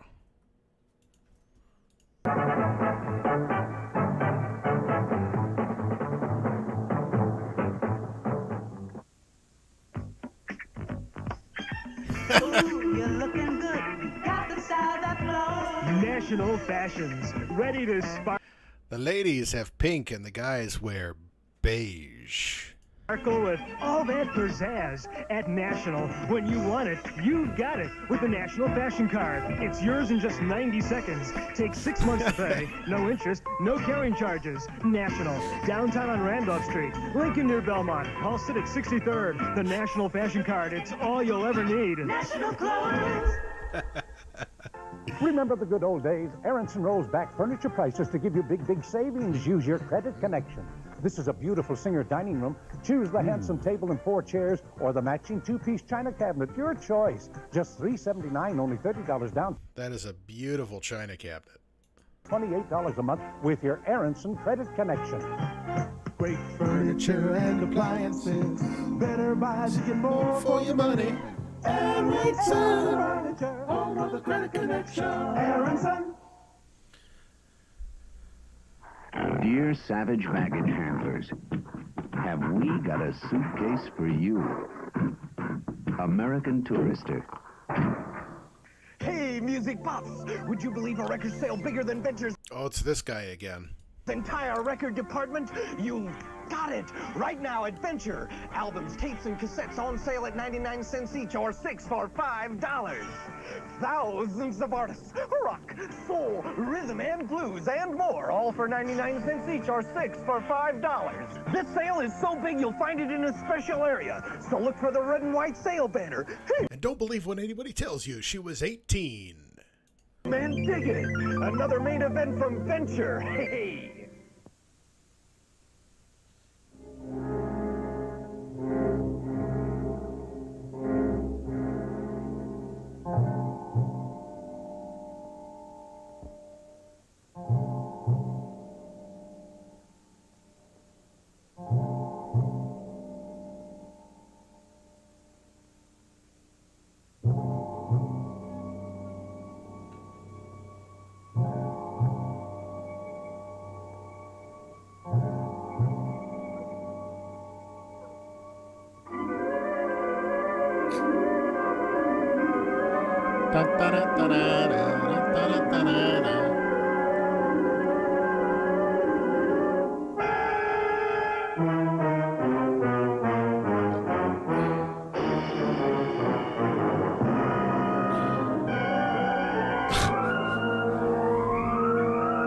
They're getting a lot of use out of that pillow.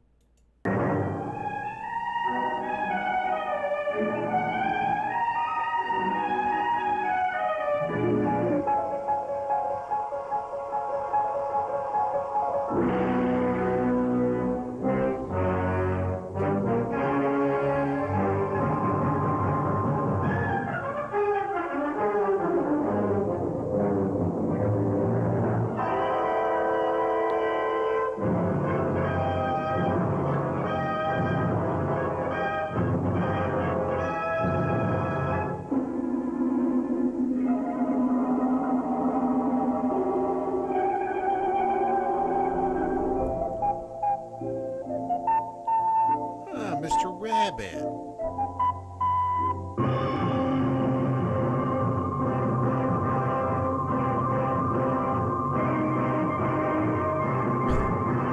I'm gonna bury you, bitch. Okay. So she's on the phone with Jimmy Stewart. It must be another one of his props. I don't care. Please get me out of here. All right, going to the commercials again. I don't care at all. Every time you fill your tank, fuel costs have gone up 93% in 5 years. Before the next jump in gas prices, see your unbeatable Toyota dealer. These are his two best gas mileage cars, Corolla Tercel and Toyota Corolla. If you want a car that makes the most of Corolla Tercel? There used to, yeah, that must have been before because they had just a regular Tercel. every drop of fuel, doesn't it make sense to see your unbeatable Toyota dealer now? That's right. You like it, baby? Angela, I just sold the Scott Mansion. Terrific. This calls for coffee. Whoa. Only half a cup. Don't you like my coffee? Love the rich taste. It's the caffeine I can do without. You happen to be drinking Brim decaffeinated coffee. This is Brim? This is Brim. And it's decaffeinated, so you don't have to stop at half a cup. If it tastes this rich, I don't want to stop. I just switched to Sanka, so have a heart. Fill it to the rim with Brim. Fill your cup to the rim with the rich taste of Brim. Give yourself a rim job with Brim. Paul Pratt, Or a Brim job. Constance James, Anna Miller. Let's go, honey. You did it, Mom. And a smile. I'd like to see the whole world smiling with me. Coca-Cola adds life. Have a Coke and a Thank you, honey. smile. Fuck off! I used to change my niece's diapers. Now she tries to change how I do laundry. She says if your powder needs help, like spray for bacon grease and liquid for colors, why use it? Era has ingredients like these, so Era does it all by itself. Then she pins that grease just to show me that Era will clean it. Jeans, collars. What a twat.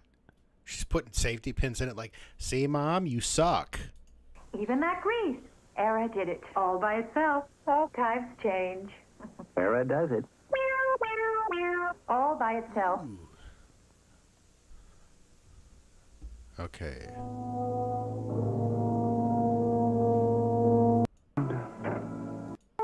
Okay, here we go. So he comes back.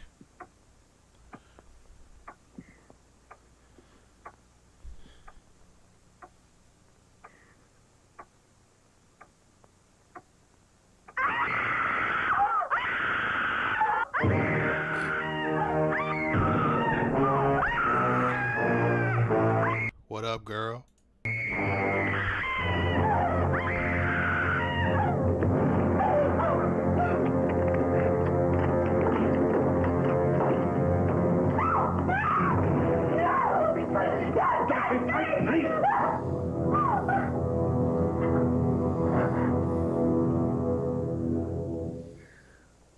You're alive. You're not a ghost.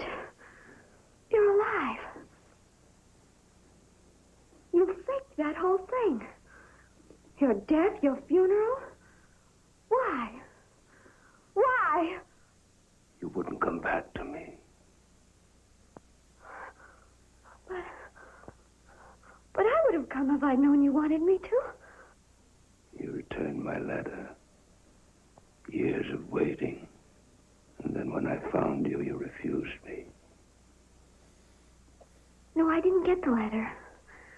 Believe me, if I'd gotten the letter, I would have come to you. You would have.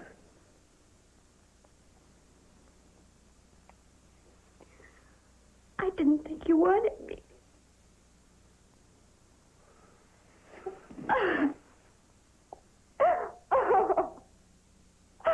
Oh.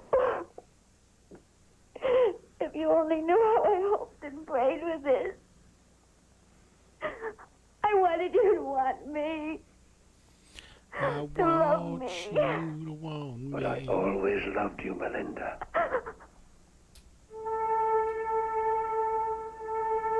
Uh-oh.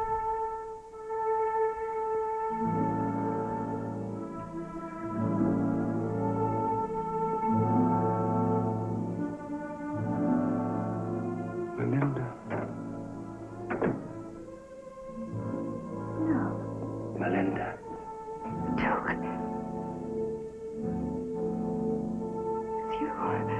it's really you. Melinda's come back, Dolly. She's come back. No, that's not Melinda. That's Cassie. That's your daughter, Cassie. No. I know how you've been jealous of Melinda all through the years. No, I don't. I'm not trying to bone my daughter. But you can't lie anymore, Dolly. She's come back. Daddy, I'm not Melinda. Melinda's dead. No. Yes, she's gone. She died that night, Duke. I brought her here myself. I buried her in the woods behind the house. No, that's not true. That's not true, Dolly. Melinda's here. Dolly? How did my mother die? The trick. The guillotine. Something went wrong. I know it'll work now, Melinda. I know it'll work now. No! Melinda. Daddy, run! Daddy, run! Donk.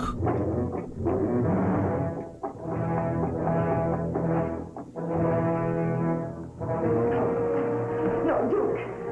Duke, you must do this thing! Don't! No, she's not Melinda! Duke, she's Cassie! You're gonna bone your daughter, bro. Don't do it. Listen to me, Duke! You can't do that! No!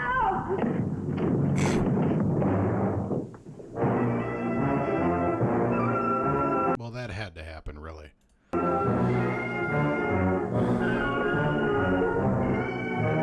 It's like, ugh. God, I don't get paid enough to carry this broad up these stairs. Ugh.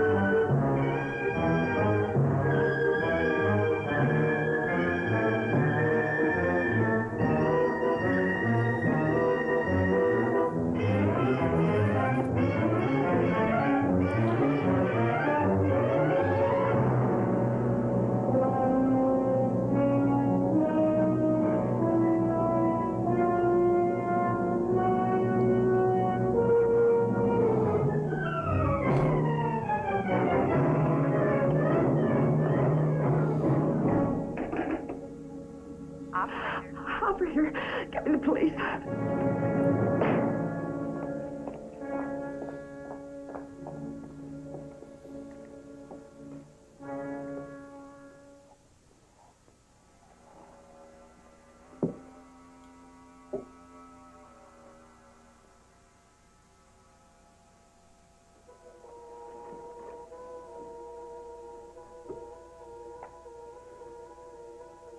You see, Melinda, I saved it. Saved everything all through the years.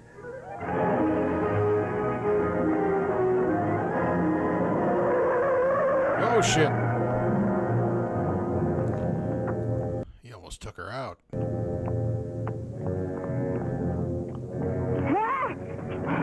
Darling, what are you doing out here? Kane, he's back. He didn't die. What? It was another one of his illusions to get Cassie here. Where's Cassie? She's with him. He thinks it's Melinda. He's gonna use the guillotine again. The guillotine? That's how Melinda died that night. Oh, we're coming up on commercials again. And he never would accept us. He never would believe she was dead. Come on.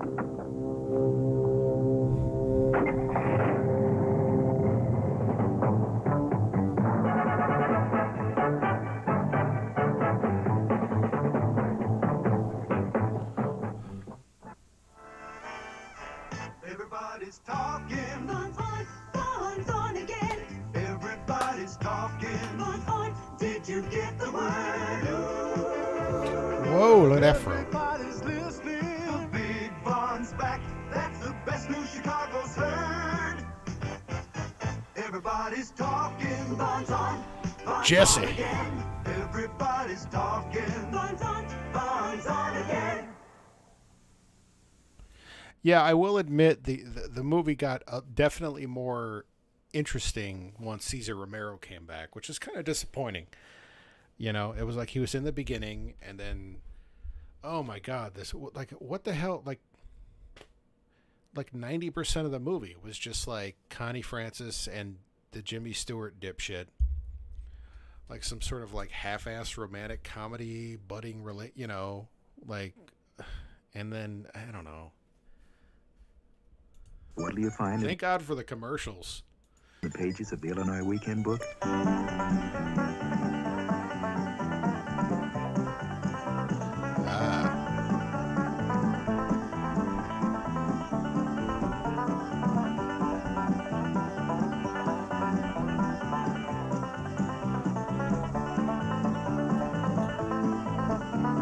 The Illinois Weekend Book. For your free copy, write Weekend Book, Box 1111, Glenview, Illinois, 60025. Walter, are you ready? Yes. Taste I was right. Imperial butter. That's what her hair looked like. the Imperial. Okay. This is butter. This is Imperial. No, Robert. This is butter. It's Imperial. No. It's butter. It's Imperial. If it tastes like butter, it could. There was this thing, it was real common in the 80s, where people had this obsession with, like, margarine and, like, fake butter, because apparently butter was just the worst thing ever. And it was like, you know, you don't see this shit now, but it was like country crock. I can't believe it's not butter. There was just, you know, just various types of margarine. You know, and it was like, look, butter's fine. Just don't overdo it. You know, because the fake shit, I think the fake shit is actually worse for you, you know, than butter is. So it's like, how about you just not, you know, slather butter on everything and you'll be fine, you know? You can have it, you can cook with it, you can, you know, you can have it every now and then, just don't go fucking crazy. The end. Be Imperial margarine. Butter. It's Imperial. It's butter. It's Imperial. Butter. But there were so many people, I think it's a boomer thing. It's a boomer thing in like previous generations where like everybody put butter on everything. It's Imperial. It's hard to tell them apart. It's Imperial. Is someone there? Are you afraid of the dark? Of being alone? Or are you willing to explore the unknown? Holding back your fear? Allowing your natural curiosity to guide you?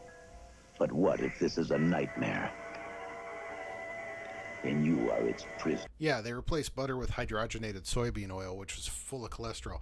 Yeah, butter is actually, I won't say butter is good for you, but it's not as bad. Like, if you want to have butter, go have some butter. Just don't put it on fucking everything.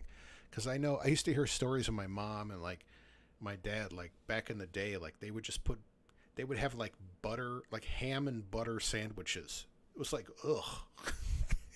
It's like, no wonder how you fuckers dropped dead at, like, 50. Jesus. Silence scream. When terror is so sudden, there's no time to scream. Rated R. Well, that and, you know, men weren't allowed to cry back then, so there was that whole thing, too.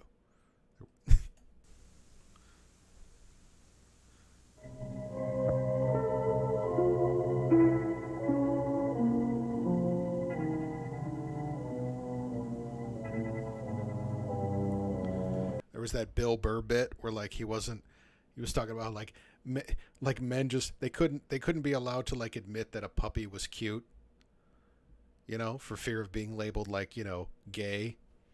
So, you know, that's why they all died of a heart attack by the time they were 52.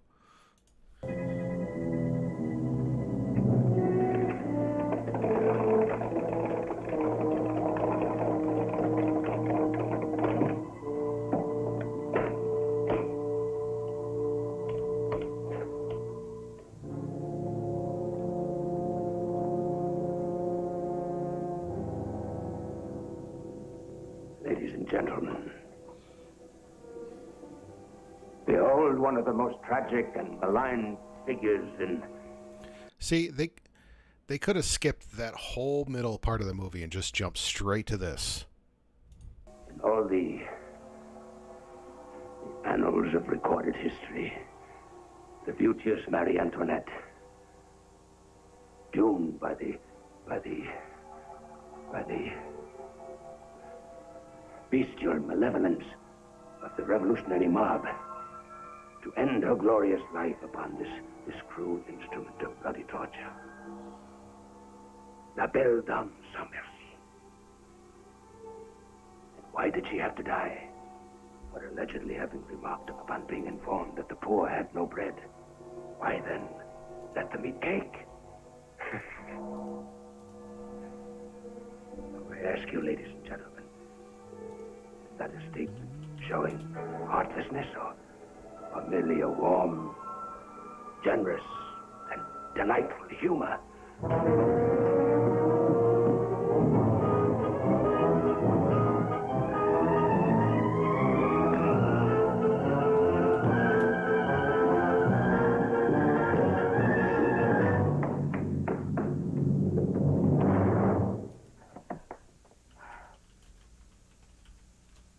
No. Kindly take your seat. Darling, don't you understand? Usher the gentleman to his seat.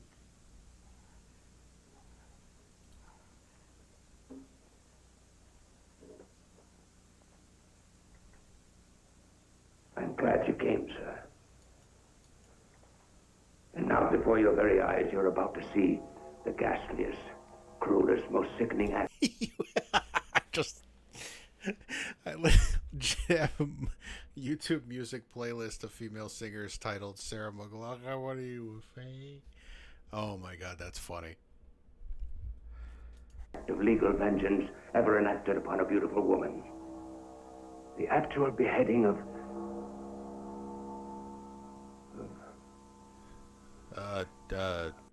Susan. Yeah, that's her name. Of Marie Antoinette. No, you're crazy now. You can't cut her head off. Oh, that's silly. That's insane. That's poppycock. It is October the 16th, the year of our Lord, 1793. The hour, 15 minutes past the stroke of noon. Oh, if you're squeamish, close your eyes. If you're faint of heart, turn aside. Or better still, perhaps you should leave the auditorium.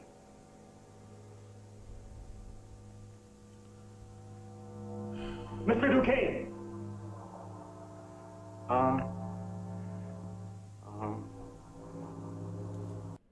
Never mind. Go ahead. The follow spot. The follow spot, Mr. Duquesne, is not working. The audience can't see you.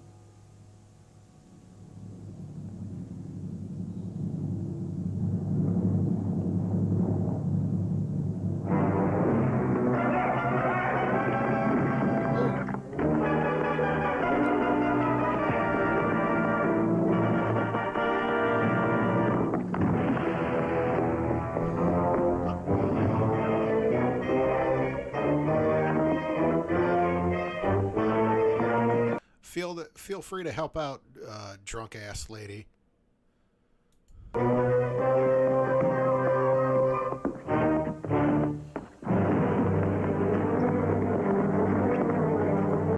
Okay, yeah, that boy, the wig on that stunt double is just stapled to his fucking skull.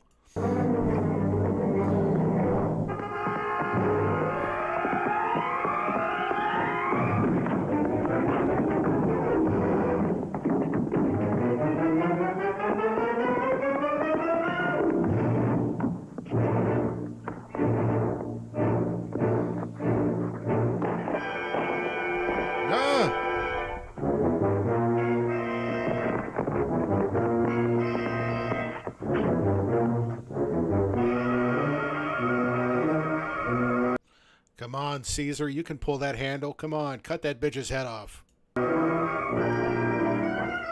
Fuck this George Bailey wannabe motherfucker.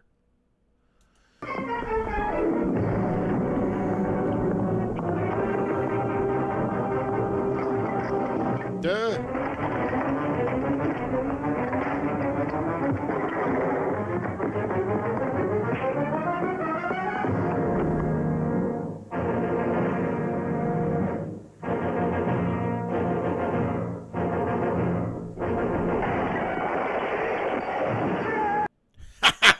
She's done.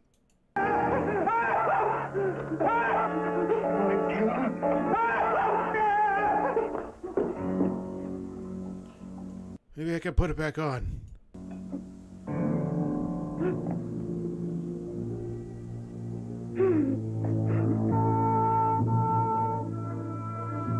Was that the fake head?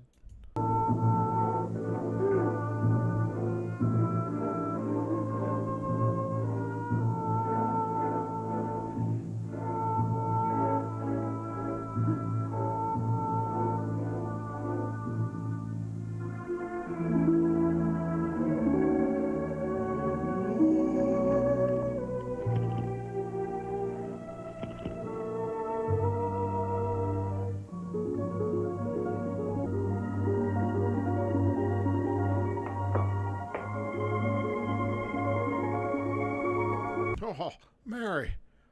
Oh, you're moving. You ain't got a head. Cassie?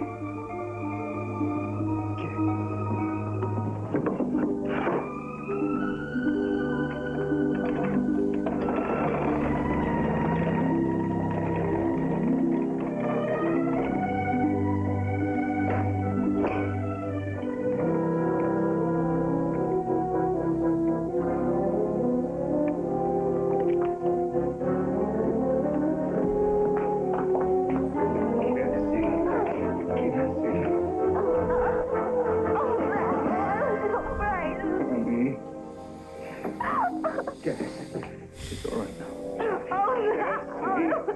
Right. We got to do.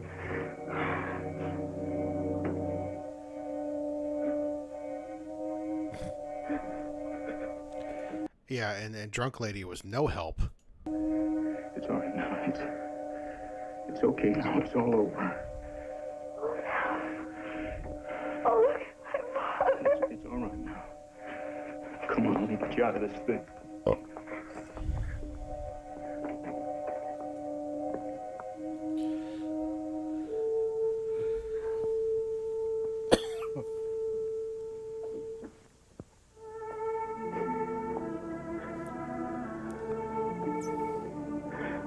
See, Melinda, I made it work. I made it work. Oh, Daddy, please don't cry.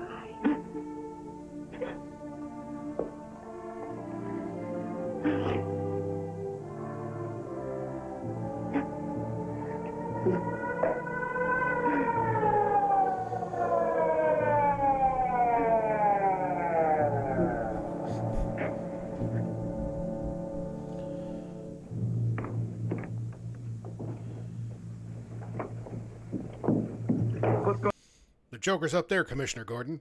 What's going on? Upstairs. Come on, Dave.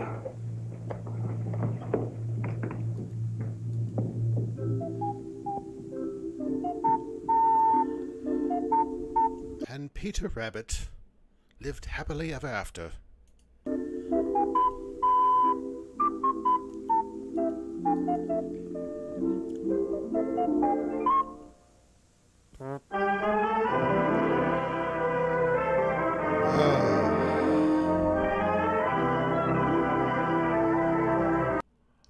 Of course, you know, Connie Stevens played the mother and the daughter. Who would have known? Val Henderson, Jimmy Stewart was Dean Jones, Cesar Romero, the best thing in the movie. These other people.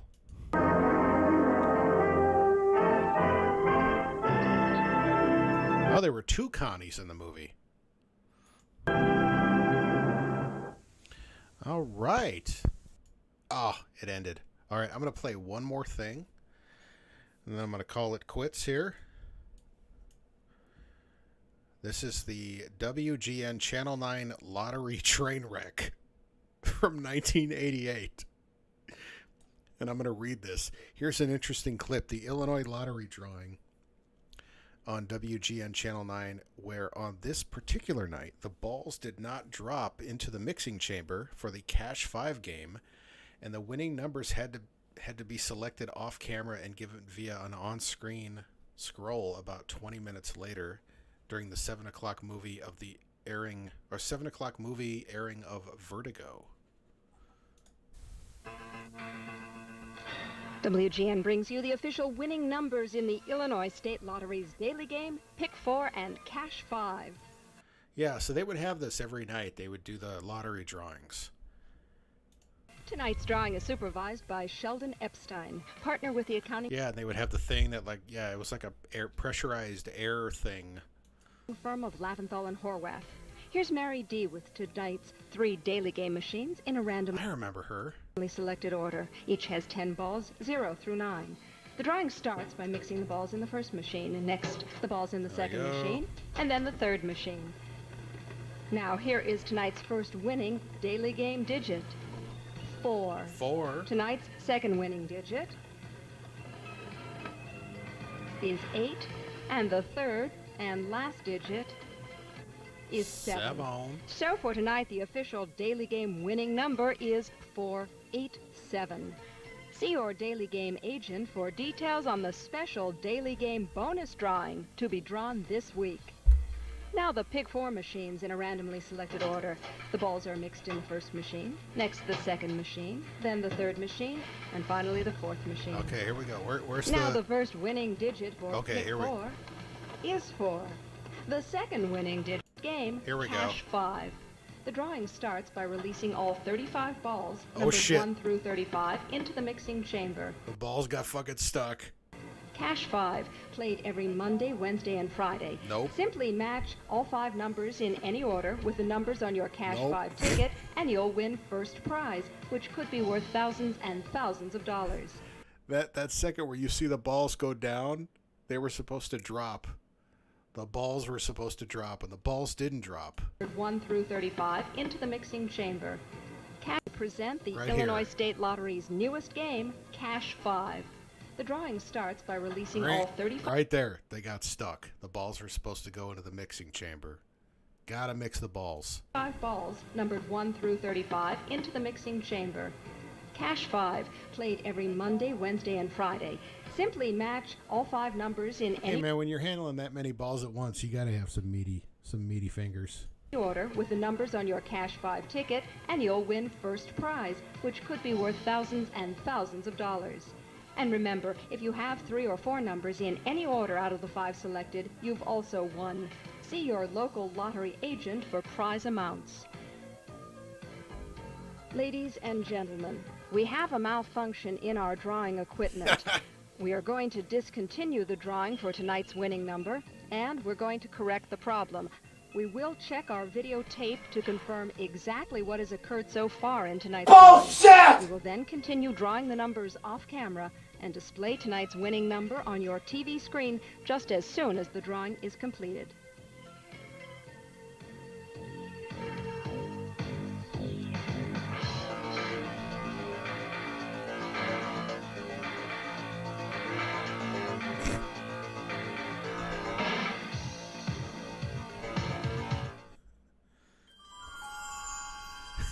Then at 7:21 p.m. during the movie Vertigo.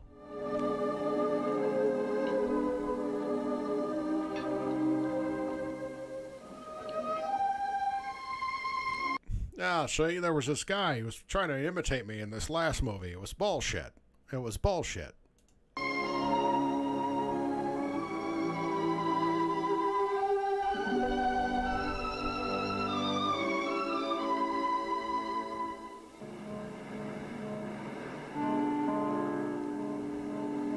$33, $32, 09, 9, 14, 12. Thank God.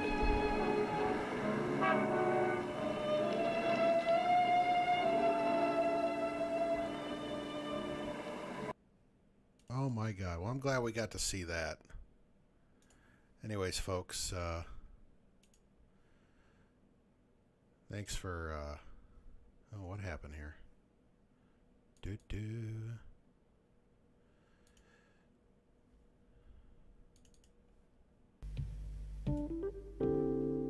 Thanks for tuning in again. Feel free to watch the rebroadcast later on or whenever you got time. That was an interesting movie, and by interesting I mean not. I mean, way too far a lack of Cesar Romero in that. We needed way more Cesar. We needed about at least 70% more Cesar Romero in that movie. But anyways, tune in next week. I don't know. I need to track down Gorp. I gotta see Gorp now, and I want to share it with all of you in a way that doesn't get me copyright striked, or I might have to stream it on Discord somehow. So, until next time.